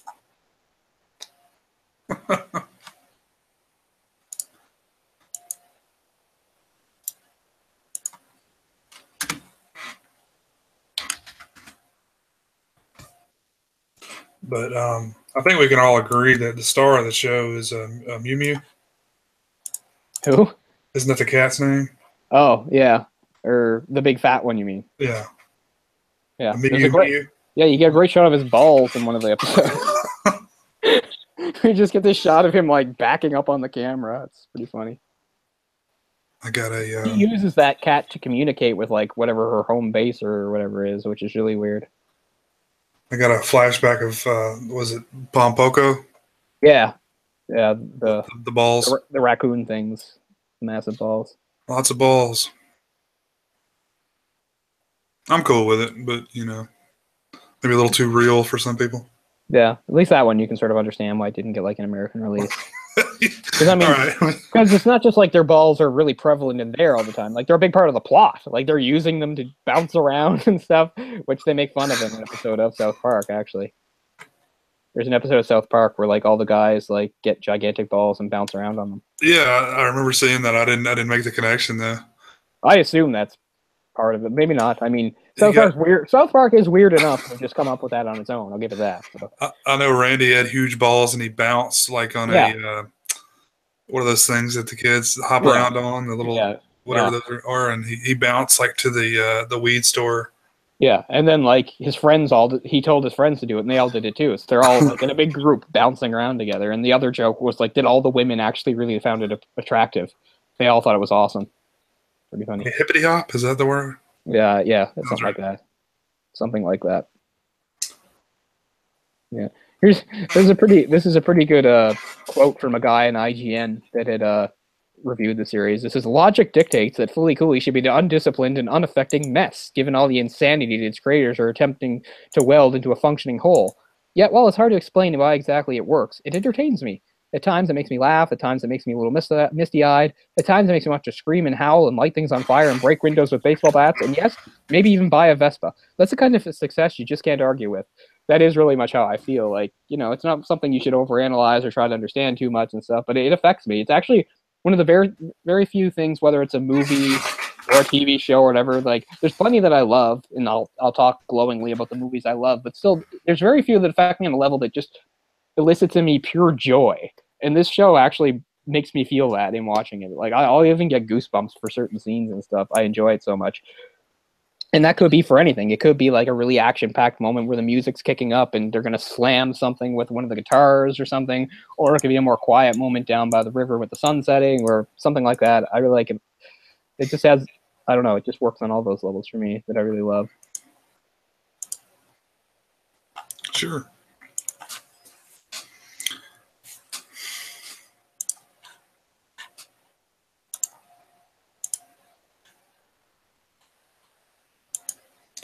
Yeah, I can see that. It's a great balance of the action adventure with the comedy. I think that's probably the most impressive thing about it.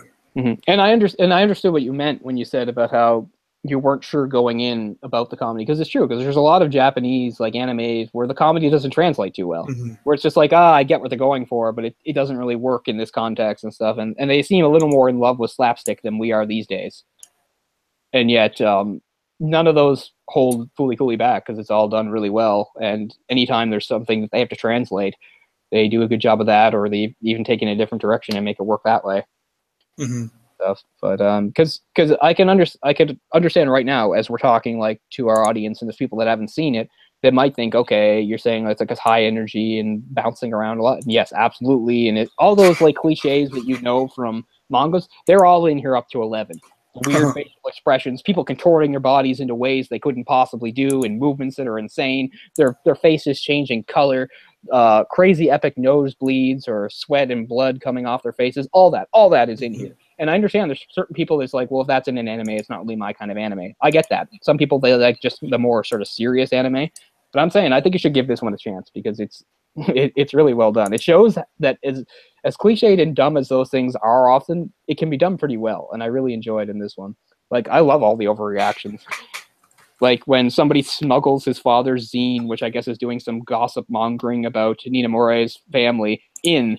The teacher grabs it and she's trying to read it and she's holding it away from her like it's like a bomb, and she's like flipping out and her face is going in all these different expressions and stuff, and she can barely speak. It sounds dumb as I describe it, and it is dumb, but it actually is quite effective when you watch it. Yeah, it's not as dumb as it sounds, I guess. I mean, it works in the movie. It works in the context. And speaking of another coincidence as far as stuff I dragged home, like when I was talking about the Neverwhere and having the Marquis de Caraba, it's funny that this has Conti because I dragged Saga home to read again, which I'm not even that big of a fan of. You think, why would I own this? Which has a royal family of robots that are just called robots. It's like Prince Robot the Fourth and blah, blah, blah. And what's weird about them, or not weird, is that they have TV heads. Oh. So I just been reading this. This is Brian K. Vaughan. He's the guy that wrote Y, The Last Man and stuff. And he's one of the most revered writers in comics these days. And I have to say that he's not really my thing. Like, I get what he's going for, but yeah. I kind of bought this blind, and it's really nice, and I like it and stuff, but I don't love it the way. This is an Image title. This is by Image. It's been running for a few years. This is the first 3 arcs together. I think they only just came out with another hardcover because it's still going on. It's a big hardcover. You had mentioned it a while back. I picked up the first one, and I kind of see what you're saying. I'm not exactly into it either. No, It feels slapdash to me. It doesn't feel thought out. It feels like he just threw a bunch of stuff at the wall, and it feels like just because he was working for Image, he can get away with it. Like they really go for it in the first comic. In the first comic, you have a birth scene, then you have like the robots having sex. Like it's just like he's going out of his way to show that he can show all these things. And Yeah. I don't know. And the other thing is, I just don't really like the main setup. Okay, horned people are against winged people, and there's all this shit in between. And he makes a lot of points and stuff that I don't agree with, and we're not going to go down that road. But there's that whole thing about how one of the main characters is this assassin who murders and kills anybody he's paid for, women, children, whatever. But then to show that, so that we can root for him, he goes to like a weird brothel where like a 6-year-old girl is offered to him, and he's disgusted, and he kills the pimp and rescues her. And the guy even says in his dying words, "But you murder children." And yeah, murdering children is worse. I mean, but then they just say, "Oh, he was a monster," but some monsters are worse than others. Like, I don't agree with that sort of message. I'm like, oh, okay, this child killer's cool then. Okay, I can get behind this child killer because he saved one from prostitution. Like, that doesn't work for me. But there's just people out there that are wired a certain way. Yeah. You know, sex and rape is much more evil than death and torture and murder and stuff, and I don't buy it. That's absolutely in our society, yeah. Yeah. But I don't know. In that case, it was kind of like he. You know, it's a hard position to defend because I make it sound like, hey, you know, rape gets a bad rap. Rape's not that bad. Rape's not as bad. No, you know, I don't mean that, people. I don't mean that. Well, I think we can all agree that. I'm just saying it felt like a really cheap thing they did. It's like, here's a bad guy. He does all these bad things. But so you can root for him. He's going to kill these people because they do something that we think is even worse. You know, I just thought that was cheap. Anyway. Well, murder is worse than rape. I think we can all agree. Yeah. I think we should, but people don't. And I was like, okay, you go tell some rape victim that they would have been better off dead. You know? Because, I mean, of course, I would never make light of it. I feel anybody that was raped or something like that, it's true. They have to live for the rest of their life, and it can really mess them up and affect their stuff. But they'll tell you, you know, we don't want to live our lives being perceived as victims. We can overcome and move on. You can't overcome and move on from being dead. But anyway, I'm not going to go down there, stuff like that. But yeah, Brian K. Vaughan is a good writer, but he doesn't write about things the way that I don't know. It's not for me. I'm not going to get any more of Saga. I don't really care how it ends. It's still really nice to look at. Fiona Staples is a good artist. Yeah, I'd agree with that. I think she might be Canadian. I can't remember. It's nice to see Image still doing stuff. Actually, I'll show you some when I get home. Is that I started reading a much better sort of space opera, one by Image. It's by Rick Remender called 7 to Eternity, and it's just gorgeous. I love it. I really like it. And I just got turned on to that completely randomly. It was funny. So like a few months ago, at the time I was collecting 9 different titles, and I needed to cut down. I needed to get rid of 2 of them, right? I need to figure out a way to get rid of 2 of them so that, you know, because I was spending too much money in comics every month. So I go down there, and I'm trying to figure this out. And I'm talking to the guy at the store, and I tell him to pull up my account so we can look at the titles and stuff like that. And then I haven't made any progress. Then I'm walking around and I say, you know, one of the reasons also that I want to do this, I said, is because, you know, right now it's all superhero stuff. Like, I always like to have at least one title that's not superhero. At the time, all I had was Marvel and DC. I didn't have any non-superhero stuff. I was collecting the reissue of the Max for a while, and that ended eventually. That ended. And there was something else I was collecting anyway. So they had ended. I didn't have anything non-superhero. And I said, you know, and what I meant was later on, for down the road, are there any you think you could recommend or something like that? And eventually that's how I found 2 of them, one being 7 to Eternity, the other being, well, I had thought of before, it's the Warren Ellis relaunch of Wildstorm, the new Wildstorm universe. And instead of cutting anything out, I just added those 2 on. So now I was up to 11. So, but anyway, I'm really happy to have 7 to Eternity, though. It's really cool. It's space opera, but it's a lot more kind of like high fantasy, too.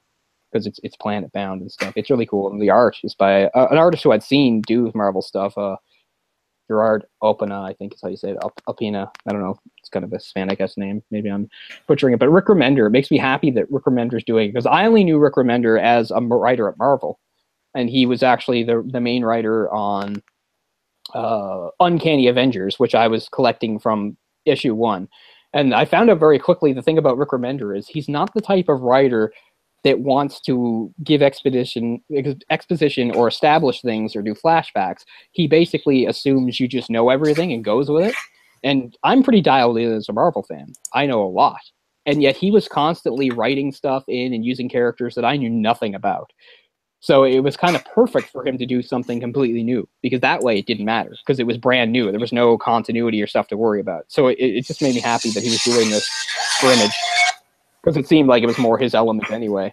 Like, he's almost sort of bogged down in Marvel continuity, because I'm not saying he can't do those things. I'm just saying it makes his stuff hard to penetrate, because even compared to the average person, again, I'm pretty informed when it comes to Marvel, and yet when he was writing stuff, he was also the main writer on the big shakeup in 2015, the Secret War thing. Like, he was the main writer for that. I have the 8-part series. I don't know half of what's going on in that still, and that's Rick Remender, because that's sort of his style. He just sort of, he just sort of goes, and if you can follow him, good. If not, doesn't matter. But it works a lot better for something like this 7 to Eternity thing, because it's a brand new self-contained thing. So he's a pretty good writer. So yeah, I'll show you some of that, and you can look into it too. But beautiful art and stuff. And anyway, the comparison I wanted to make is, like, I was searching for something that was like that, maybe space opera, some fantasy type thing. And since that's also what Saga is, my point is I prefer it. Definitely, I prefer it to Saga. I like that. But Saga still has some good things going for it. I don't know about those TV head robots, though. Conti's way better than them. Yeah, it looks awfully similar, doesn't it? Yeah. But I've seen that design before and things, too. So.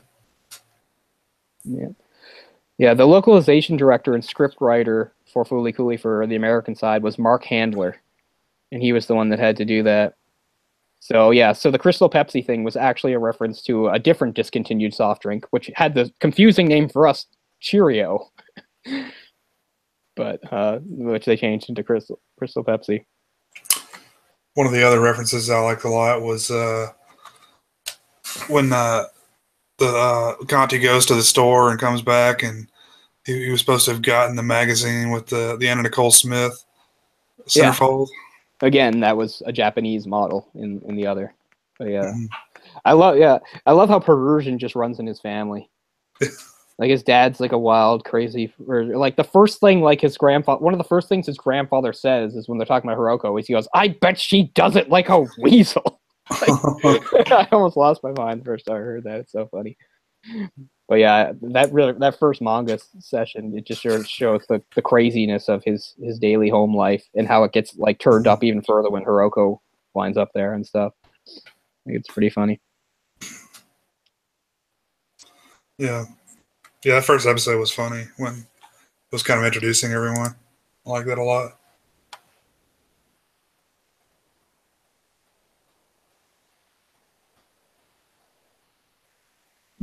I don't understand this because it's not explained well enough. This is in the Wikipedia thing where they're talking about some of the changes and stuff. But they say the medical mechanica building featured is in the shape of huge iron. Yeah. The character Amuro describes Metal Mechanica's goal as the destruction of all thought.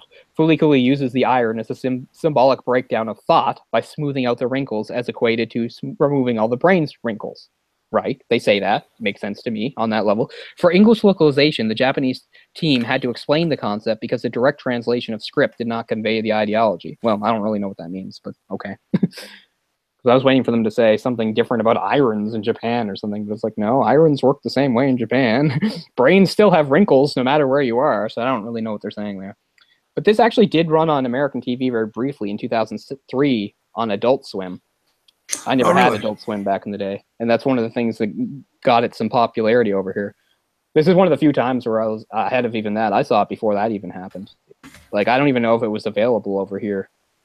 I'm pretty sure I'm remembering the story right now. My friend's sister was in Japan and randomly bought the series for him and gave it to him. Wow. Like, I don't even think he was an anime fan. Like, I have no idea why it jumped out at her. But anyway, and his friend, he wasn't my friend. My friend was this kid, Jesse. And Jesse had watched, like, the first episode. He's like, show them. They have to watch it all. And, like, because I know it was at least Jesse's second time watching it. And that's how we watched it. So was it like a bootleg type thing, or? It looked a lot like these. I can't remember. They had the yellow, red, and white. I don't know if they had the same color.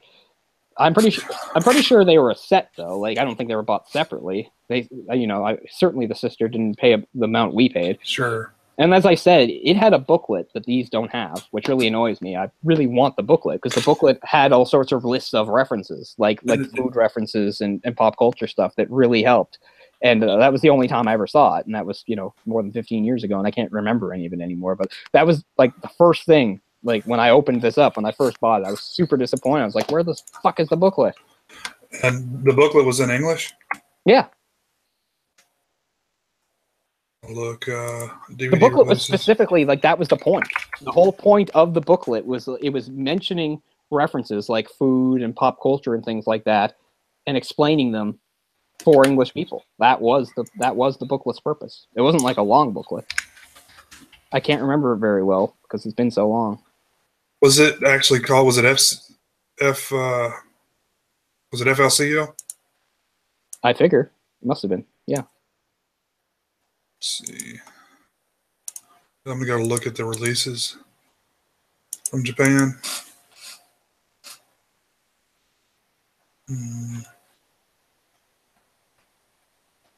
Oh yeah, there's that Blu-ray. Yeah, I've seen the Blu-ray, and I will eventually buy it.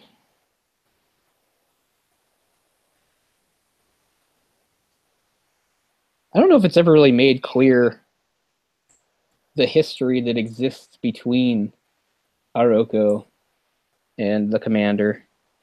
But it seems like what he's saying to Naota is almost like he knew her when he was a boy too or something, and that she did the same thing to him. But I don't know. And there's even a part, because it also suggests that he had the NO ability, just to a lot lesser degree, because she tries to take a guitar out of him, and then there's a whole penis thing about, oh, it's too small, stuff like that. It seems to suggest that he'd gone through the same thing with her.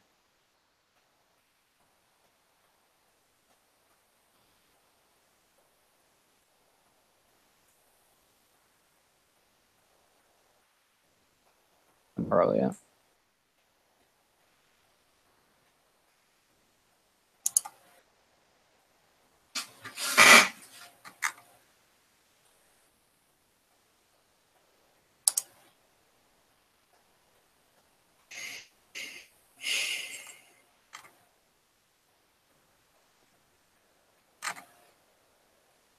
Oh. I can't read Japanese.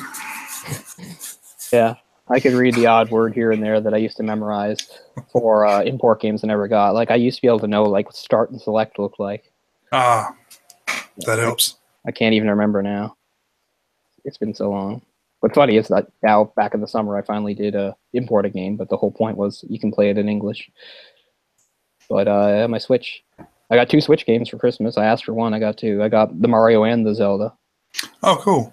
I'm playing the Zelda, and the main reason I got it is because it's a phenomenal thing, and I've never been a big Zelda fan. I was one of the people that only really connected with Ocarina of Time and stuff, and I still have the same problems. And it's the same thing. Like, it's great. It's another wonderful Zelda game. I'm sure it deserves all the praise it has. It just shows that I'm just not the right person for them. Yeah, I'm not either. I've never been a big Zelda fan. It's too non-linear for me. I don't have a sense of purpose. Like, I'm at the very beginning of the game, and I'm already, like, running around not knowing what to do. I'm already at that point where I'm just running around with almost no direction. Now, there's a quest log and everything. Like, I vaguely know what I'm supposed to do, but I don't know enough. Yeah, it's really open world, right? Yeah. I mean, at the beginning, you're limited. You're in this area called the Great Plateau. So at the moment, which is a big area in itself. So I'm limited to that. And the whole point of what I'm doing now is there's 4 different shrines. I found 2 of them. And each shrine, is kind of like a little mini dungeon. And then when you get through it, you get like a thing, I don't know, an orb or something. And there's this old man. If you give him all the orbs, he will give you his glider thing. And that's how you leave the plateau and get to the rest of the world. So I assume once you got to the real world, it's really big. Because this plateau is big enough. So right now I'm just sort of running around the plateau. I know what I need to do, and it would be easy to look up. I don't want to look up. I have to because one of the things is I eventually figured out through logic is there's this area you can't go into because it's too cold. Like, it'll kill you if you're there too long. And I've determined that has to be where the other 2 shrines are. And the old man has and part of it is cooking, and you can you collect all sorts of food and stuff, and if you cook things together over fires, you can figure out recipes and stuff. And anyway, he has a diary and he writes down like this thing, how he forgot the recipe for this thing. And he told me if I could finish the recipe, he would give me this doublet. And if I have the doublet, I can survive in the cold. So that's what I'm doing right now, which is really annoying. I'm running around trying to collect the food and randomly cook it. And again, I could find out in 5 seconds. I can find out what the missing ingredient is, but I don't want to do that. So right now I just feel like I'm being bogged down with menial tasks. Like you need raw meat, so I have to hunt animals in the forest. And the rest is just like spicy peppers and stuff that you pick up in different places. And I don't know, it's just so mundane and annoying. I don't like being bogged down with things like that. Other people think it's great, but I don't. I just want to get to the next quest is how I feel. And that's why I guess I'm not suited for Zelda. I still enjoy it. I'm glad I have it. It's very beautiful. And Ocarina of Time's the furthest I ever got in Zelda. I never beat it, but I came pretty close. And it's always the same thing. I just always lose direction and just lose interest because I'm just like, I don't know what I'm doing, and then I stop. Yeah. Yeah, I can see that. I just feel like it's not. I need to stay focused. That's why I'm much better at like a Final Fantasy. Final Fantasy just keeps you going. Like there's moments where you can breathe and do side quests and stuff like that, but you're never really in doubt about what to do next or where to go. And that's how I get through it. Like on the rails type. Yeah. Because, I mean, there's plenty of people exactly why they like Zelda is they like that it's non-linear and they can figure out things in their own time and stuff like that. I get it. I just realized that I'm not that suited to it. I've only played the Mario a little bit, but it is really cool. Is that similar to the one that was on the Wii? I don't think so. Is it side-scrolling? No. Oh, okay. I think it's a lot like the last one I played, which is Mario Galaxy. Yeah, that's what I was going to say. Like, it seems to be a lot like that. I wasn't a huge fan of Mario Galaxy, but it's probably got an easier learning curve than Galaxy, though. I think. I don't think it's as hard. It seems like more easy to just pick up and play. Again, I'm only at the beginning, so obviously that would be how it would go. I'm sure it gets harder as you go, but so far I found it. Well, I mean, not too easy. Easy in a nice way. No, I like Galaxy a lot. What's annoying is I would really like to get Sunshine again. I never owned it, but I could play it on my Wii. I have to check that one out. That's one I never played. Sunshine is the one where they really tried to make things different. It's really different. You have like the backpack that shoots water. Like that's really important to everything you do. It's really different, and you're fighting like a shadow version of yourself. That's the one where they really went off the rails in a way. But I actually really enjoyed it the brief time I played it. So it'd be nice to be able to find a copy. I gotta say those side-scrolling ones that they put out for the Wii U, they put one out, and then the Wii. They were popular. That's some of the best, like some of my favorite games of like the past decade. Yeah, I knew they were really popular. Like this has little tiny bits where you do brief side scrolling. Mm-hmm. Like sometimes you'll just go into a tube and suddenly you look like 8-bit Mario and you do 8-bit stuff. But so far those are really small sections. Maybe later in the game they get bigger. But yeah, the most direct comparison I could make is Galaxy. It's a lot like Galaxy in its environments and stuff like that. It has the best environments of any Mario, like the most detailed environments of any Mario you're going to see. I mean, I've only been early in the game and stuff is already like crazy. Like you're in a desert where everything gets frozen and stuff. It's really cool. I'm sure it's good. Most of those Mario games are good. Yeah, this is the first time since Mario 3 in 1990 where I have like the new Mario like in like the same year that it came out. Oh, really? All the others I got to much later. And most of them I didn't. Some of them I didn't get to at all because I didn't have Nintendo systems for a while. Like I played the hell out of Mario 64, but I never actually owned a 64. Yeah, I didn't either. I never owned one. Had friends that had one. And did they put one out for the GameCube? I never played that one. If they did, yeah, that's what Sunshine was. Oh, okay. Well, that explains why. Yeah, I didn't have a GameCube either. I had a GameCube for a few months and it got stolen. I had one, but I didn't lose the games. But I only had a couple games. I had Metroid, the original Metroid Prime, and I had what the hell was the other thing? Something else. Can't believe I forget. But yeah. One of my neighbors, when I was in college, had one, and we traded. I had I think an Xbox, an original Xbox at the time. We traded for like a month or so. So I got to play quite a few of the games, but Sunshine wasn't one of them. Mm-hmm. That was back when you could still go rent games, Yeah. So, I wonder what the last game I ever rented was. I did GameFly until just a couple years ago. No. I actually, once I got to university, I just stopped renting games. Even though, like, that's what I did all through the 90s. Like, I rented games way more than I rented movies. My main reason for going to the video store wasn't to get a movie, it was to get a game. I'm really particular, so chances are I'm not going to like it. I'm just really picky when it comes to games, but when I like something, I play the hell out of it. Yeah, sure. So, oh, yeah, there were games when I was a kid that I rented over and over again. But, I can't tell you how many games I bought on a blind buy and just had to go, turn around and sell it or, trade it to someone or whatever. Yeah. I was pretty informed. I read a lot of magazines and stuff, so I just made bad decisions. I definitely still made bad decisions.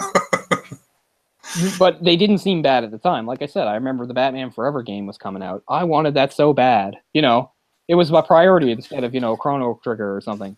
If I owned that, that would have been like, I cared about, like, I was obsessed with side-scrolling beat-em-ups when I was, like, a kid. And it wasn't until years later I realized how, mostly boring and empty those games were. And how, at the time, I could have been buying, some of these really great games now that are worth a lot and stuff. Like I said, like something like a Chrono Trigger and stuff like that I just didn't get at the time. So, yeah, I'd love to go back to, like, my 1994 self and say, these are the games to buy, not this shit. Not playing Final Fight. Yeah. Yeah. It's like, I like Maximum Carnage, too, but it's not that good. He's just walking around beating him up. It's not a satisfying Spider-Man game.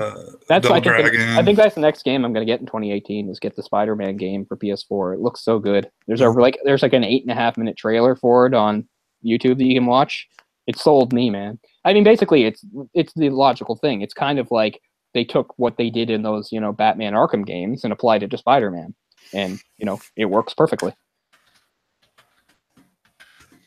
That was a really good Spider-Man game on the PS2, I think it was. There was one on Dreamcast of all systems that actually was a PlayStation 1 and a Dreamcast release. The Dreamcast one looking a little better. It was the first time where you actually moved in 3D and could swing around. Mm-hmm. But around the same time, they made one on PS2 that was based on the movie that I hated. Yeah. Tobey Maguire did the voice and everything. I did not like it. I think it was maybe one of the sequels that I liked. Yeah. Anyway, this looks awesome. This is like the first time, kind of just like how I felt about, like I said, about the Batman Arkham's. Like, it's finally taking a full advantage of what it would be to be this character and what you could do with it and stuff. And it totally is Spider-Man. It's not like Spider-Man Arkham. It's a bright city in the daylight. You're swinging around and stuff. But it's a really great sequence where you're taking out some thugs, and then you have like a confrontation with Mr. Negative of all people, which is pretty cool. I don't know who does the voice, but the voice is pretty good. I'll have to watch it again when this is over because no one else has watched it. But anyway, it's supposed to come out sometime early in 2018. I'm pretty excited for it. Is this corresponding with Homecoming at all, or? Not to my knowledge. No, not really. And that's the best part because it's the established comic book Spider-Man. He's not 12. So that's another thing that makes me happy about it. I'm guessing they only made him so young so they can make movies for like 20 years with him. I hope so, because that'll be fine then. Good. Let him age into it then. Good. Let him age into it. I mean, he'll still be a kid in this upcoming Avengers movie, but whatever. Yeah. I just thought it was funny. The director, Tom Holland, got blown up on Twitter when it was announced that kid was going to be in the movie because they got the Twitters mixed up. Oh, yeah, that's right. I forgot about that. And the guy that did Fright Night and Child's Play and stuff. Yeah. It's like, I don't know what you people are thinking, but I'm not like 12 years old, and I'm not in Spider-Man. Or the people that all freaked out when, what's his name? Donald Glover said, yeah, I'd like to be Spider-Man. It wasn't even his idea. Somebody just said, you'd be a good Spider-Man. Be like, yeah, that'd be cool to be Spider-Man. And then everyone was like, yes, let's make him be Spider-Man. And they went on like this big quest and stuff like that. It's like, why can't he be Spider-Man? And then what's really funny is he's in that movie as a bad guy. Not a bad guy, but a criminal. I actually didn't hate his performance in that movie as much as I would have guessed. I didn't really like that show Community too much, so I didn't. I like the show. He's probably my least favorite character on it, though. Yeah. I do like the show. I like all the different things it did. You had an animated episode, a Muppet episode, a video game episode. Like, they did a lot of cool different things with it. I didn't like everything about it. I didn't like They didn't like Chevy Chase either. Yeah. His whole joke is like he's old and bitter. Like he's old and can say mean things. Like really, which is weird because the rest of the show is fairly smart humor. Like not super smart, but fairly smart humor. And his humor is just so lazy. It's like he's old and he can say stuff. I mean, they already did that to death with like fucking Betty White on her show. God, yeah. Betty White and the women in Cleveland, Hot in Cleveland. It was always the same thing. Women saying a bunch of cliche bullshit. Betty White comes in, has the best joke. She just comes in and says like pussy or something. Yeah, she just says something really out there or rude or outrageous, and the audience goes nuts. Sounds hilarious. She's so old, and she said that. Yeah, okay, I get it, but every episode over and over again, and yeah, that's kind of what they did with Chevy Chase in that. It's like he's old and just says what's on his mind, even if he's sometimes kind of racist, and you know. I think Chevy Chase is just playing himself. Yeah, probably. Because yeah, he was a real dick back in the day. It's something funny. I was watching. There's that story about. Oh, sorry, go ahead. Christmas Vacation the other day. Yeah, love that movie, but love that movie too. Yeah, Chris Columbus was set to direct it, and he actually did direct some of the shots that are in the movie for like 2 weeks. He was a director, and then he quit. He couldn't work with Chevy Chase. That's weird. I didn't know that because here's what's funny. I was all set to watch that movie a few nights ago, but I had it on the wrong channel. I mixed it up. So I was watching the opening credits for a different movie for a few seconds, and it said 1492 Productions, right? Mm-hmm. And I thought, that's weird. Did Chris Columbus do this movie? I was like, no, he didn't. And then this credit kept going, and then I realized what it was Jingle All the Way. Oh, I didn't realize he did that one. Yeah. Well, the next year he did Home Alone, so. Yeah. But yeah, I believe he wrote Christmas Vacation though. I think most of it, at least, yeah. Even though it's based on a John Hughes stuff. I think it's based on an actual story that was in National Lampoon. But yeah, that's a great movie. I love everything about. Well, yeah, pretty much everything about the movie. I mean, the main thing is it's relatable on most levels. Almost every family can relate to some of it and stuff like that. The only thing there's only one thing in the movie I don't like, and that was when they freak out over the squirrel, because I can't relate to that. Nobody in my family would lose their minds if a squirrel was in the house. Now later, when the giant dog is trashing the house, chasing it, fine, I get that. Yes, everybody freak out now. But before the dog gets involved, they're all like, ah! Two of them actually faint.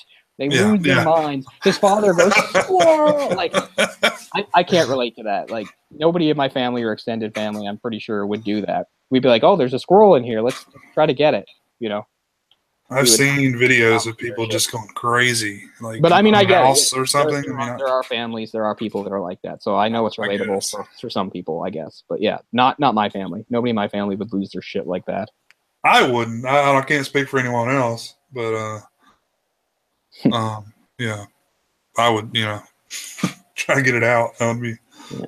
Like I said, the scene, it makes sense later on because the massive dog is tearing the house apart. Right. Fine. That all makes sense, yes. I would freak out then too. You'd have to get the hell out of the way and stuff. But apart from that scene, I think the movie's more or less perfect. I really like it. It's so good. Like I mean, it's just constantly hitting you with the great jokes. Yeah. And it's subtle things too. If you pay attention to the other characters in the scene, like everyone is hilarious. It's just great casting. Great chemistry with the people. Mm-hmm. Just the way they react to each other and their facial expressions and stuff.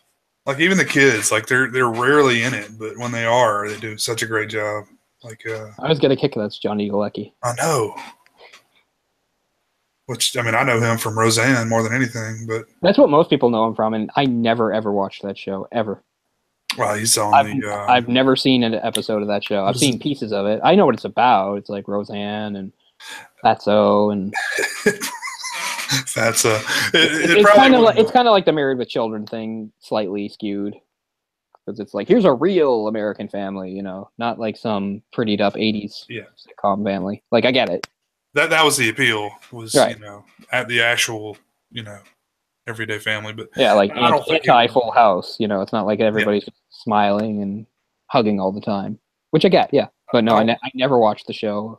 never interested. I don't. What's coming back? If you're interested. Sure it is, because everything eventually does. But yeah, I don't know that it would hold up very well. Is Johnny Galecki going to do that? There's nothing they could pay him to do that. He's already a trillionaire from Man, Big Bang Theory. it's like $1 million an episode for that show. Yeah, so I can't see why he would have any incentive to come back for that show. But maybe he does. I don't know. Maybe he really likes it. Maybe he has love and good feelings about the cast. I don't know.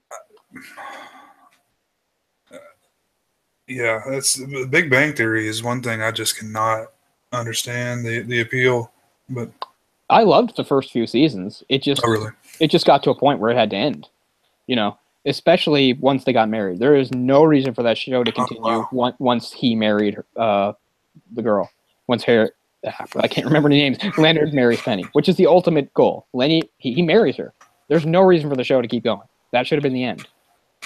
Now it doesn't make any sense. It's just them just all hanging around for no reason, and Penny's character doesn't make sense anymore. Because, I mean, the hook used to be, yeah, okay, just because of where she wound up living, this, pretty popular ditzy girl winds up hanging out with guys she never normally would have hung out with and, learning to like them, appreciate them. Ha, ha, ha.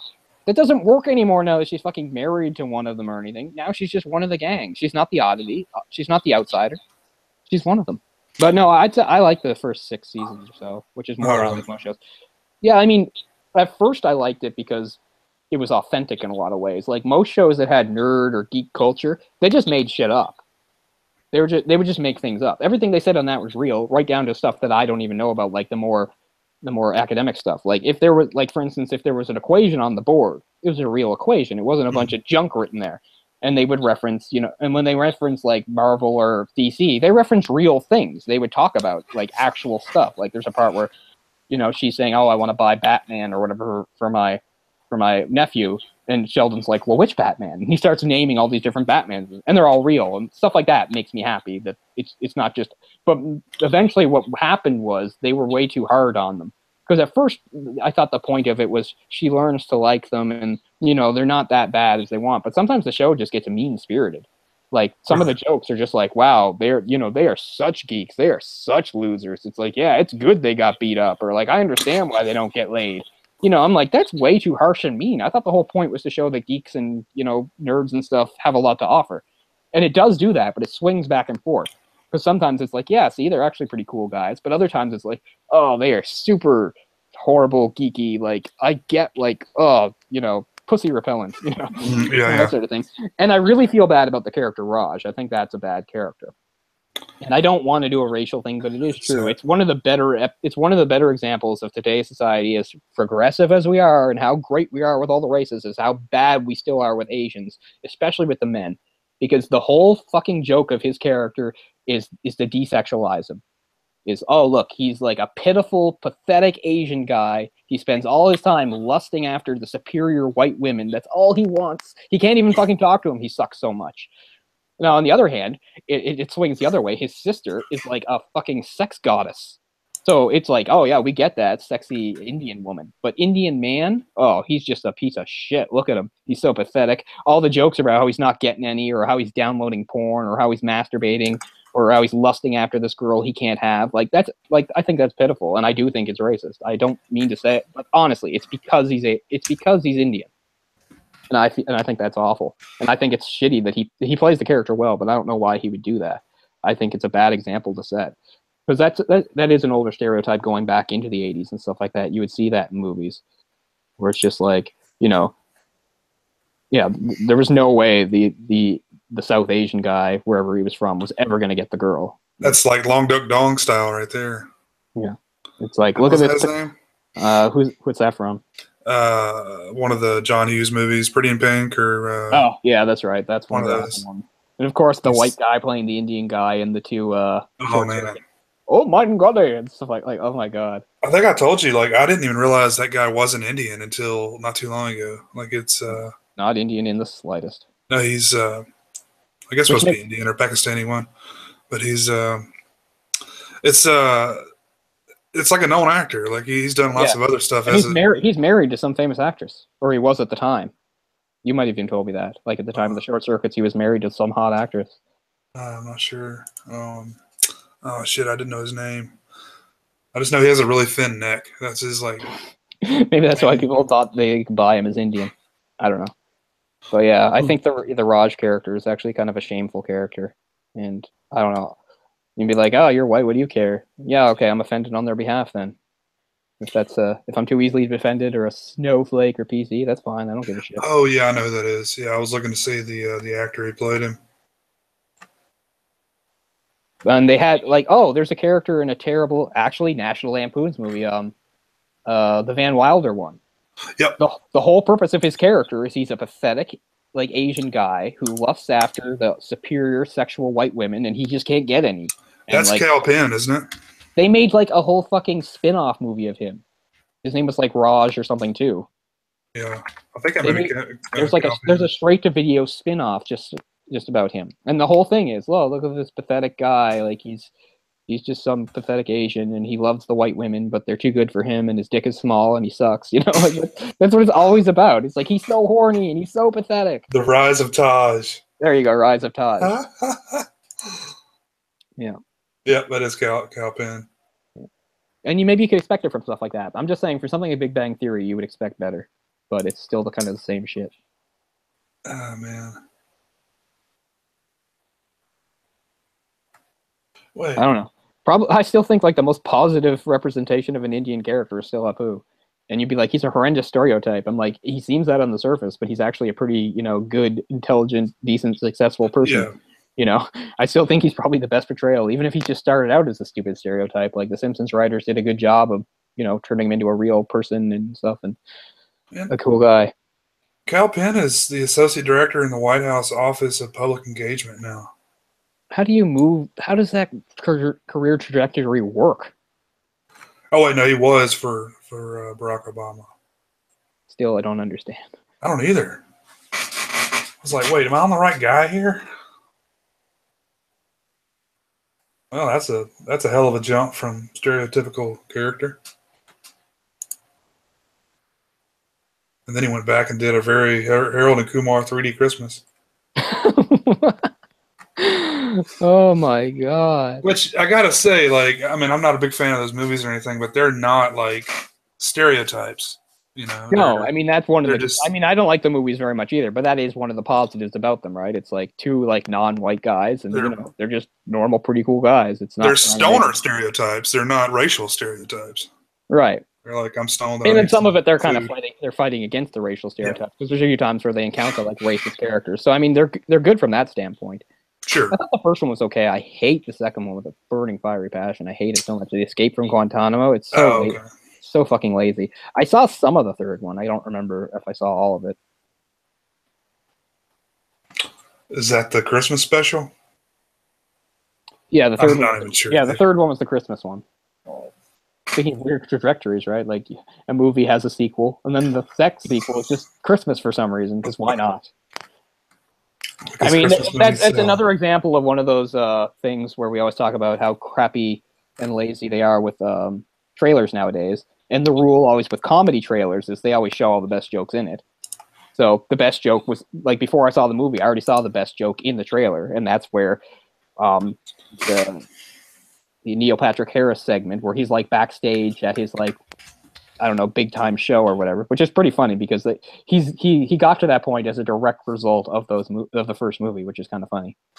Mm-hmm. He's Mr. Tony Award winning guy, doing all this stuff. It all came basically because he got popular from doing that movie. But anyway, so the third movie picks him up in that state. He's doing some sort of like show in New York or something, and he's like backstage. Like some like hot girls want his autograph or something. He starts like aggressively coming on to them. She's like, "Wait a minute, I thought you were gay." It's like, "Yeah, I'm gay. Gay for that pussy" or something like that. Which is the best line in the movie. I gotta use that. But they already show it on the trailer, except, of course, they just cut off the thing. He's, "Yeah, I'm gay. Gay for that." And then it just shows her like that, but you can fill in the blank anyway. So, again, they just show the whole stupid joke in the trailer. You know what they should have done? They should have made a cat meow noise. Gay for that. Meow. That would have been funny. Oh, my Lord. See? I'm in the wrong profession. Yeah. Lots of cats in Fooly Cooly. Meow, meow. Kitty, kitty. Cat ears. That cat. Cat ears. Puss in Boots. What else we got here? Oh yeah, that's true too. the way Ride on Shooting Star, the song ends, is them saying beep, beep, beep, beep, yeah, which is a Beatles reference to Drive My Car. What else we got here? Remember Cyberdyne Industries from Terminator. That's they apparently are the ones that made those phones that Mimi was collecting. Except Really? it's broken into two words, Cyberdyne instead. Oh wow! I'm surprised I didn't notice that. What else we got? I found a few of the others that I'd forgotten about and stuff. Did was it just me? I mean, wasn't Heroku like? Didn't she look like a cat a lot of the time? Like she would make a cat face. Yeah. Again, that was just because part of the cat theme. But yeah, sometimes she would just look like a cat or look as if she had whiskers or something like that. She would. There's several Gundam references. Obviously, there's actually a fairly complex one where Kamen, his father, is talking about it in the first episode because when he's fixing they're fixing the Vespa. She remembers they're using weird parts. One of them looks like a toy Gundam and stuff, and he starts talking about Gundam. There's a part where like he's wearing the red shirt or something, and he says, "Don't you like the red shirt? Oh, I see. You prefer the green, like a Castle of Cagliostro thing," which is not Castle of Cagliostro was not Studio Ghibli, but it was the first movie that was directed by Hayao Miyazaki, which is part of the Lupin series. The Lupin series, Lupin the Third or whatever series, is referenced several times. What else?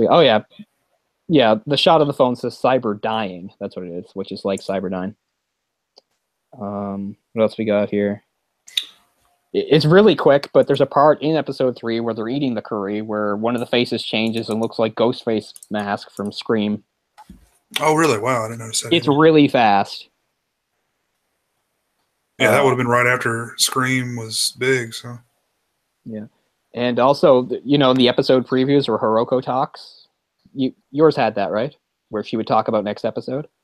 Yeah. Okay, yeah. There's a few times where she name drops various anime directors, but I can't remember which ones. Yeah, I enjoyed that. She would wrap up the episode and then also start the next episode. Yeah.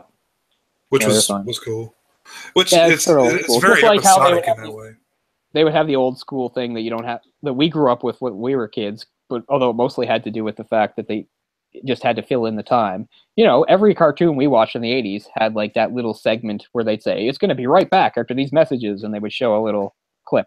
Transformers did it, everything did it. And now it doesn't do it anymore. They haven't done that for ages. They just did the quick one where they would just show it and you'd hear like the Japanese girls go, "Fuli-kuli." Yeah. Right. Nice sort of throwback to that era.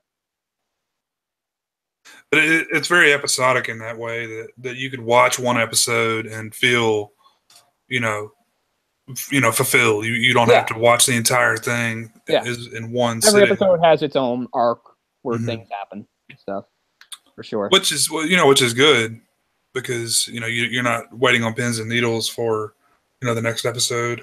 Just kind of the way writing has gone in the decades since, where it's always about the cliffhanger, always about every episode, what's coming next and stuff.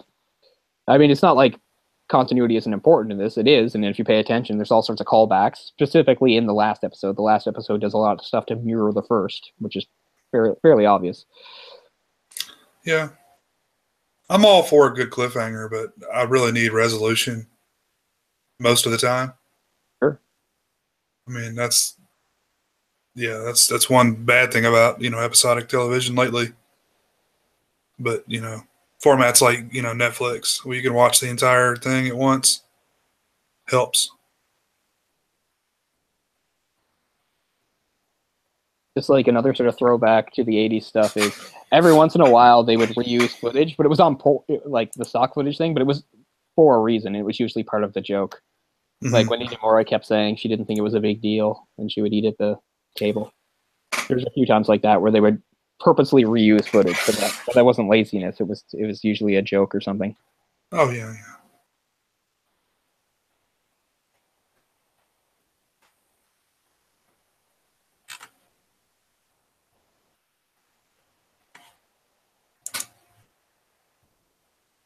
Yeah, I might just watch the whole thing over again in the next few days and stuff because I just enjoy it so much. And but yeah, to those watching, depends upon your feelings in anime and stuff like that. But going forward, we're hoping to do some more anime, like just movies.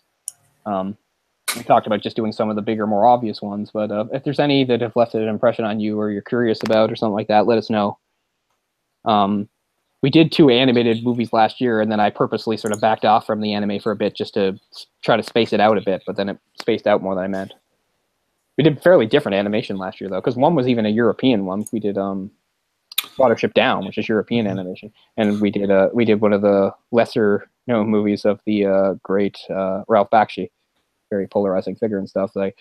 But we'd always meant to do other anime going forward, but at the time I was just thinking, okay, we did 2 back to back, and at the time I was just conscious of trying to space it out, and then we just got caught up in other things. But it's our intention to do some more animated stuff and anime.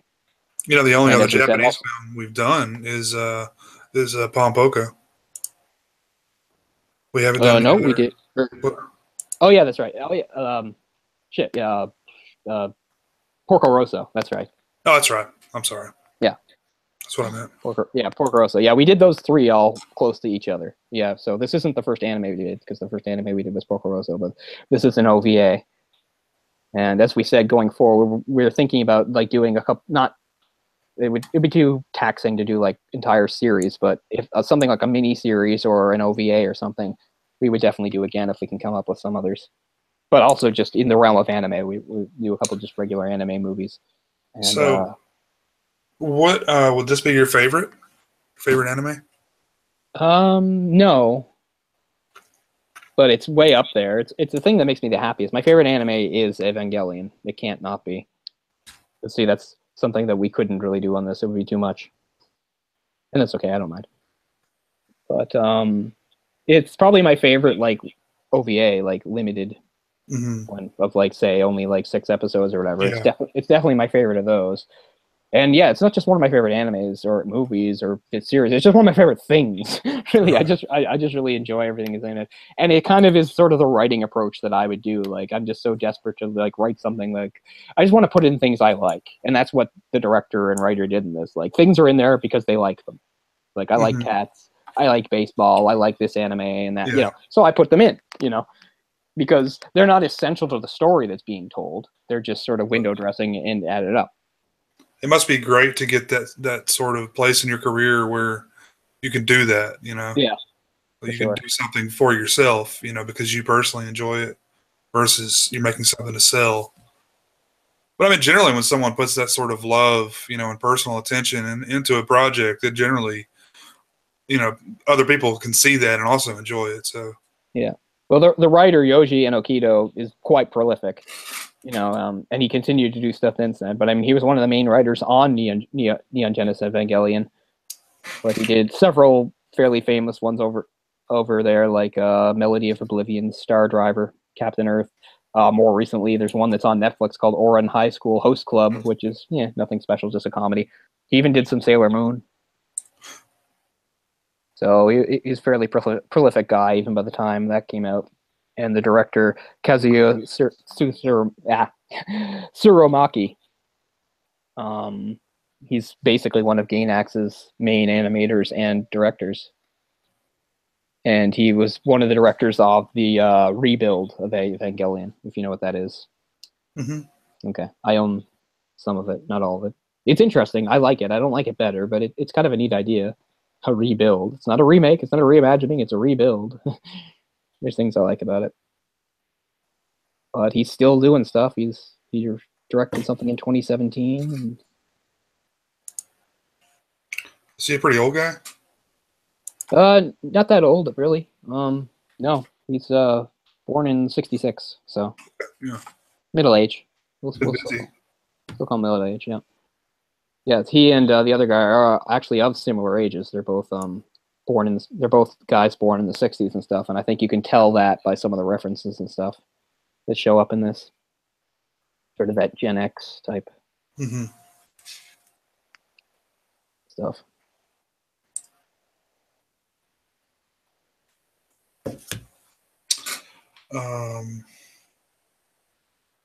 Yeah, I had some stuff I was going to ask you, but I can save it for another episode. I know we're going a little long here. Anything animated related? No, Okay, it's not yeah. it's not related to this at all. Okay.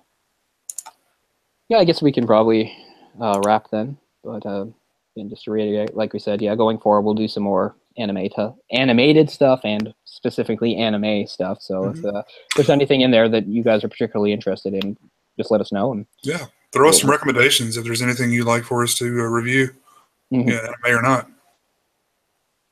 We're always open to suggestions. Yeah, for sure.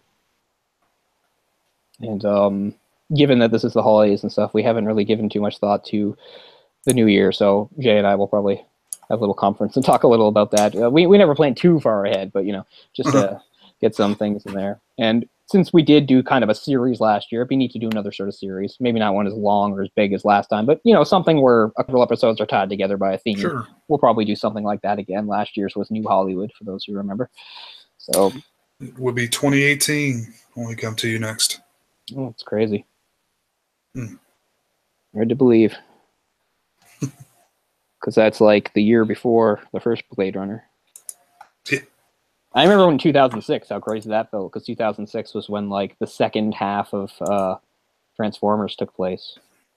Because that was like the future. They had the time jump in Transformers and they moved to Cybertron. It was like 1984, but then it's like now it's 2006, the future. Stuff like that. Yeah, we're catching up. The early 21st century, we're catching up to all those movies and shows that like wanted to put stuff in the future but not put it too far. I mean, it was mind-blowing enough 2 years ago, when they had what was it? And I actually got to do something cool for it, was they had the Back to the Future Day, when it was that day that Marty goes to in 2015. That's when I got to see the first two back-to-back in theater, cool. which was really great. One of my better movie-going experiences for sure. But yeah, I'm kind of stuck.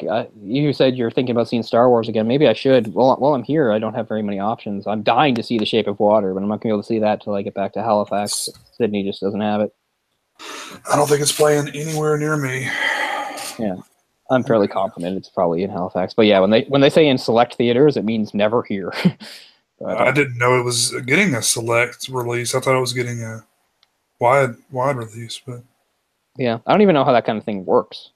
It's not like Guillermo del Toro isn't like a big name. Like, he does produce the more arty movies, but he does produce the mainstream ones too. So I don't know. I don't think he always gets good critic reviews, but I don't think it translates into box office, revenue. That's true. I doubt his last one made much money, even though I really enjoyed it. Crimson Peak. I like Crimson Peak. I did too. I know a lot of people kind of frowned on it, but it was a bit predictable, but I still really liked it. I mean, it was just a beautiful movie. And he's just good at that. And everyone says this is really beautiful and stuff. And anyway, I'm hoping that one of my theaters in Halifax will be able to see it. And I don't even know what else is coming out. I mean, once you get into January, February, March, that's always the doldrums, Not that I'm not saying good movies can't come out that time, but it's always the lesser known movies, and usually the movies that the studios don't have a lot of confidence in, because it's kind of like a dead time. It was always one of my favorite times because they would put out like the weird horror movies or weird sci-fi stuff, and that's true. Stuff that they. Yeah, I am anticipating one February release, which is the Black Panther movie. Looking forward to that. So that's kind of a different thing. But yeah, this is always the time of year where I start seeing previews for movies that look like absolute garbage. It's just like, yep, because I remember like when they did like The Legend of Tarzan a year or two ago. It's like just January, It's always like nobody gets excited for things this January. Nobody. November, December are big movie months, and the summer, like May through August, is big. November, December is big. The rest of the time is, fairly low. Yeah, I mean, I don't really know why they even focus on the summer as much, because are kids like they would actually be out of school, or are they still? Yeah, I was gonna say, in a way, like movies like aren't as interesting in the summer. Like, why is that the big time? Like January, February, March are like shitty, terrible, dark months here. It wouldn't be a bad time for me to go see a movie and distract myself, Like the really cold temperatures are starting, like the wind has died down here, but we're on day 3 here of a huge, like crazy windstorm. This is actually one of whenever I'm here, I often complain about being at my parents' house. But if I was in Halifax, we couldn't do this episode because I think I'd be without power. because Oh, wow. a lot of those places have been without power for a while. We've had super strong winds as the temperature plummets. It's weird. So Christmas Eve was extremely warm. It was all rainy and way too warm for this time of year. And then that evening, the temperature started to go down a little bit, but not a lot, and it got really windy. Then the next day, it was like more like a normal winter day. It was below zero and super windy. And now today, it's like 10 below zero, but like twice that with the wind. I Wow. was only up briefly today, and like the wind cut right through you, crazy wind, but it seems to have died down the last little while because I thought you might even hear it. It's just been howling for 3 days straight here, but finally, the wind is finally letting up. But we're kind of in a deep freeze for the next few days. Doesn't bother me. I don't have much to do. These are before I go back. These are just sort of lazy, empty days here. I don't, all the Christmas work is sort of done and stuff, so I'm just sort of hanging around at my parents' place with not much to do. So just anticipating getting back home. There's talk of even flying back. That would be kind of cool. My parents were saying something about gas. They said they might even put me on a plane, which is weird. Oh, wow. I've done the Sydney to Halifax flight before, many, many years ago.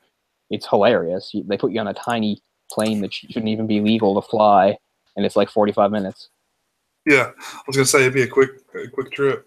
Yeah, but that'd be cool. I haven't been on a plane since I was in New York. Not that this would be much of a plane thing. Like, I don't know if they still have them, but I mean, the last time I did the Sydney to Halifax thing, it was a fucking propeller plane. I'm not kidding. I don't think I've ever been on a propeller plane before. That's how it always used to be. If we ever left from Sydney, I mean, this is going back when I was really young. So Sydney's just a small airport and nothing goes there. Halifax is the international airport. There's only 3 airports, I think, in Nova Scotia, maybe 4. 2 on the mainland, 2 in Cape Breton, I think. But anyway, so the bigger ones being Halifax and Sydney. Halifax being the only big international one. So basically, if you're flying out of Sydney, which is a rare thing anyway, you go to Halifax first, basically. And I mean, most of the time, if I was doing a flight, like a long trip, we would drive to Halifax, whoever else, we drive to Halifax and then fly from there. But I mean, what's annoying is in recent years, the way they change things in the flight industry, I think it's just so people have jobs or something. It's really annoying. It's like Halifax has been called an international airport ever since it was made, but it doesn't really work like one anymore. Almost everything goes through Toronto. When I went to New York, I had to go to Toronto first. Wow. If people don't know the geography or aren't familiar with, Toronto is further away from Halifax than New York is. So to fly to New York, I first had to fly somewhere that was even further away and then do the same thing coming back.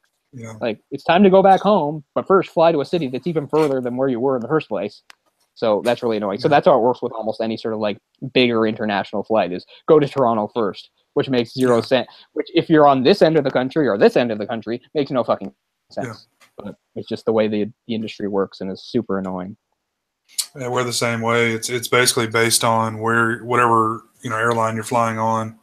If it has a hub, in which big city, it doesn't matter if it's the complete wrong direction of where you're going. Yeah, because again, if you're flying out of Halifax, there's only a couple airlines to choose from. Like, there's not like a whole bunch. Yeah, there's like 2 or 3. I don't even know what's left up here anymore. Things, because so many have gone under. Yeah. And stuff. So many have changed. Is JetBlue still around? I don't think so. Is it? I think JetBlue is what I flew to New York, but I'm not sure. I think it's still around. I could be wrong. I couldn't swear to it. Because I mean, when I was a kid, it was fairly simple. Air Nova was the big Canadian one. Air Nova was you at least started on Air Nova. If you're going somewhere exotic, you might switch to something else. But Air Nova's been gone for years. Yeah, JetBlue's still around. Yeah, I think that's what I took to New York, but I couldn't swear to it. And it's possible that I started on some stupid Canadian one and then changed in Toronto. I can't even remember now. But anyway, it would be kind of interesting to fly again, just because at least it would be quick. I've done the Sydney to Halifax drive 1 billion times in my life, and it's fine, but it'd be cool to do it faster. So we'll see what the next few days bring. That's up to my parents, because the other thing is I have my cat with me. She wouldn't like flying, but at least it would be fast. Yeah, I would imagine she would not like that. No. But I mean, what's funny is, I think I've said this before, she hates it here. She hates it here with all her heart. And she's actually okay in the car. Like, she barely makes a sound. That's why it's annoying I can't take her on the bus. Like, the rules are I can't take her on the bus, even though it would be the easiest thing. I put her in her carrier, put her on the seat next to me. Yeah. We go. No problem. She doesn't make a sound, doesn't bother anybody, but no. Not allowed on the bus. It's fucking stupid. So that's why, years ago, before I had her and when I was going to university and stuff, I would often take the bus at least one way. Sometimes my parents got me or sometimes they brought me back, but usually I would take the bus one way. And yeah, with Wednesday, I can't do that. I don't love the bus, but at least it's, it's easy. Mm-hmm. And it is way too long. You make so many stops now. Like the drive by car from Halifax to Sydney or vice versa is between 4 and 5 hours, depending upon traffic and how fast you go. But definitely not more than 5 hours. Definitely not. On the bus, it takes like 7.5 hours. Oh God! Because you go slow and you stop here, you stop fucking everywhere. And in certain circumstances, I didn't really care. I would just sit there and listen to music, and I didn't care. But other times, just depends. It just depends about the situation. Other times, you feel every minute of it. You're like, I just want to get back. Yeah. And it's slow, and you're stopping again. It actually seems to make less stops than it did when I was younger. Because when I was younger, people, it's funny. Okay, so you know how nowadays you can't smoke places, but back in the day you could smoke places. Well, even back in the day, you couldn't smoke on the bus, right? That was still a rule even back then. You couldn't smoke on the bus. But they used to accommodate smokers more still because they literally had stops that were just so people would smoke. Like they'd be like 5-minute smoke break here, and we'd stop. And 99% of the bus would get off, and I'd sit there because everybody smokes in Nova Scotia. I know we've had this conversation before, but Nova Scotia is very tobacco friendly, I guess you could say. Yeah. Like I said, I'm pretty sure, I've never looked it up, but we must be the second highest after Quebec. Just like all the kids I went to school with, I remember in grade 6, we're all having those embarrassing anti-smoking things thrown at us and stuff. I hit grade 7 and like at least 50% of my classmates smoke. Yeah. Probably just to rebel against that kind of stuff. Yeah, totally. That's why I did so many drugs. Yeah. Rebelling against the Reagan era. You did your part. Just like how I changed so much post, but I never smoked as a kid or a teenager. But I guess in my way to try to be cool was that I always hung around with people that smoked while they smoked and acted like it didn't bother me. Like I would just stand around. And when I got a bit older, I got really sensitive to that, and I completely avoid that. Like ever since I was in my 20s, it's like if somebody's smoking, I don't stand anywhere near them, or I give them a wide berth. Or, if someone says, I'm going to go outside to smoke, I don't say, I'll give you company. I say, bye, But when I was a kid, I used to almost make a point just to be around people to show I was cool with it, I guess. Like, yeah, you can both smoke in my face. I don't care. I don't know. But now I care very much. Yeah. Anyway, we're on to rambling about too many things. So we'll wrap up. Sorry, guys. We're talking about planes and Reagan. always get a little extra content out you. But anyway, so next week is what? January 4th or something? Let's see. 2nd? I think maybe the 2nd. Okay, it's the 2nd. So it's possible I'm still here for that. I think between the 2nd, 3rd, or 4th is when I'm going back. So it's possible I'm still here. But in any case, I don't see any reason why we don't do another show. So we'll probably be able to do another show, although we don't know what it is yet. But we will try to let you know.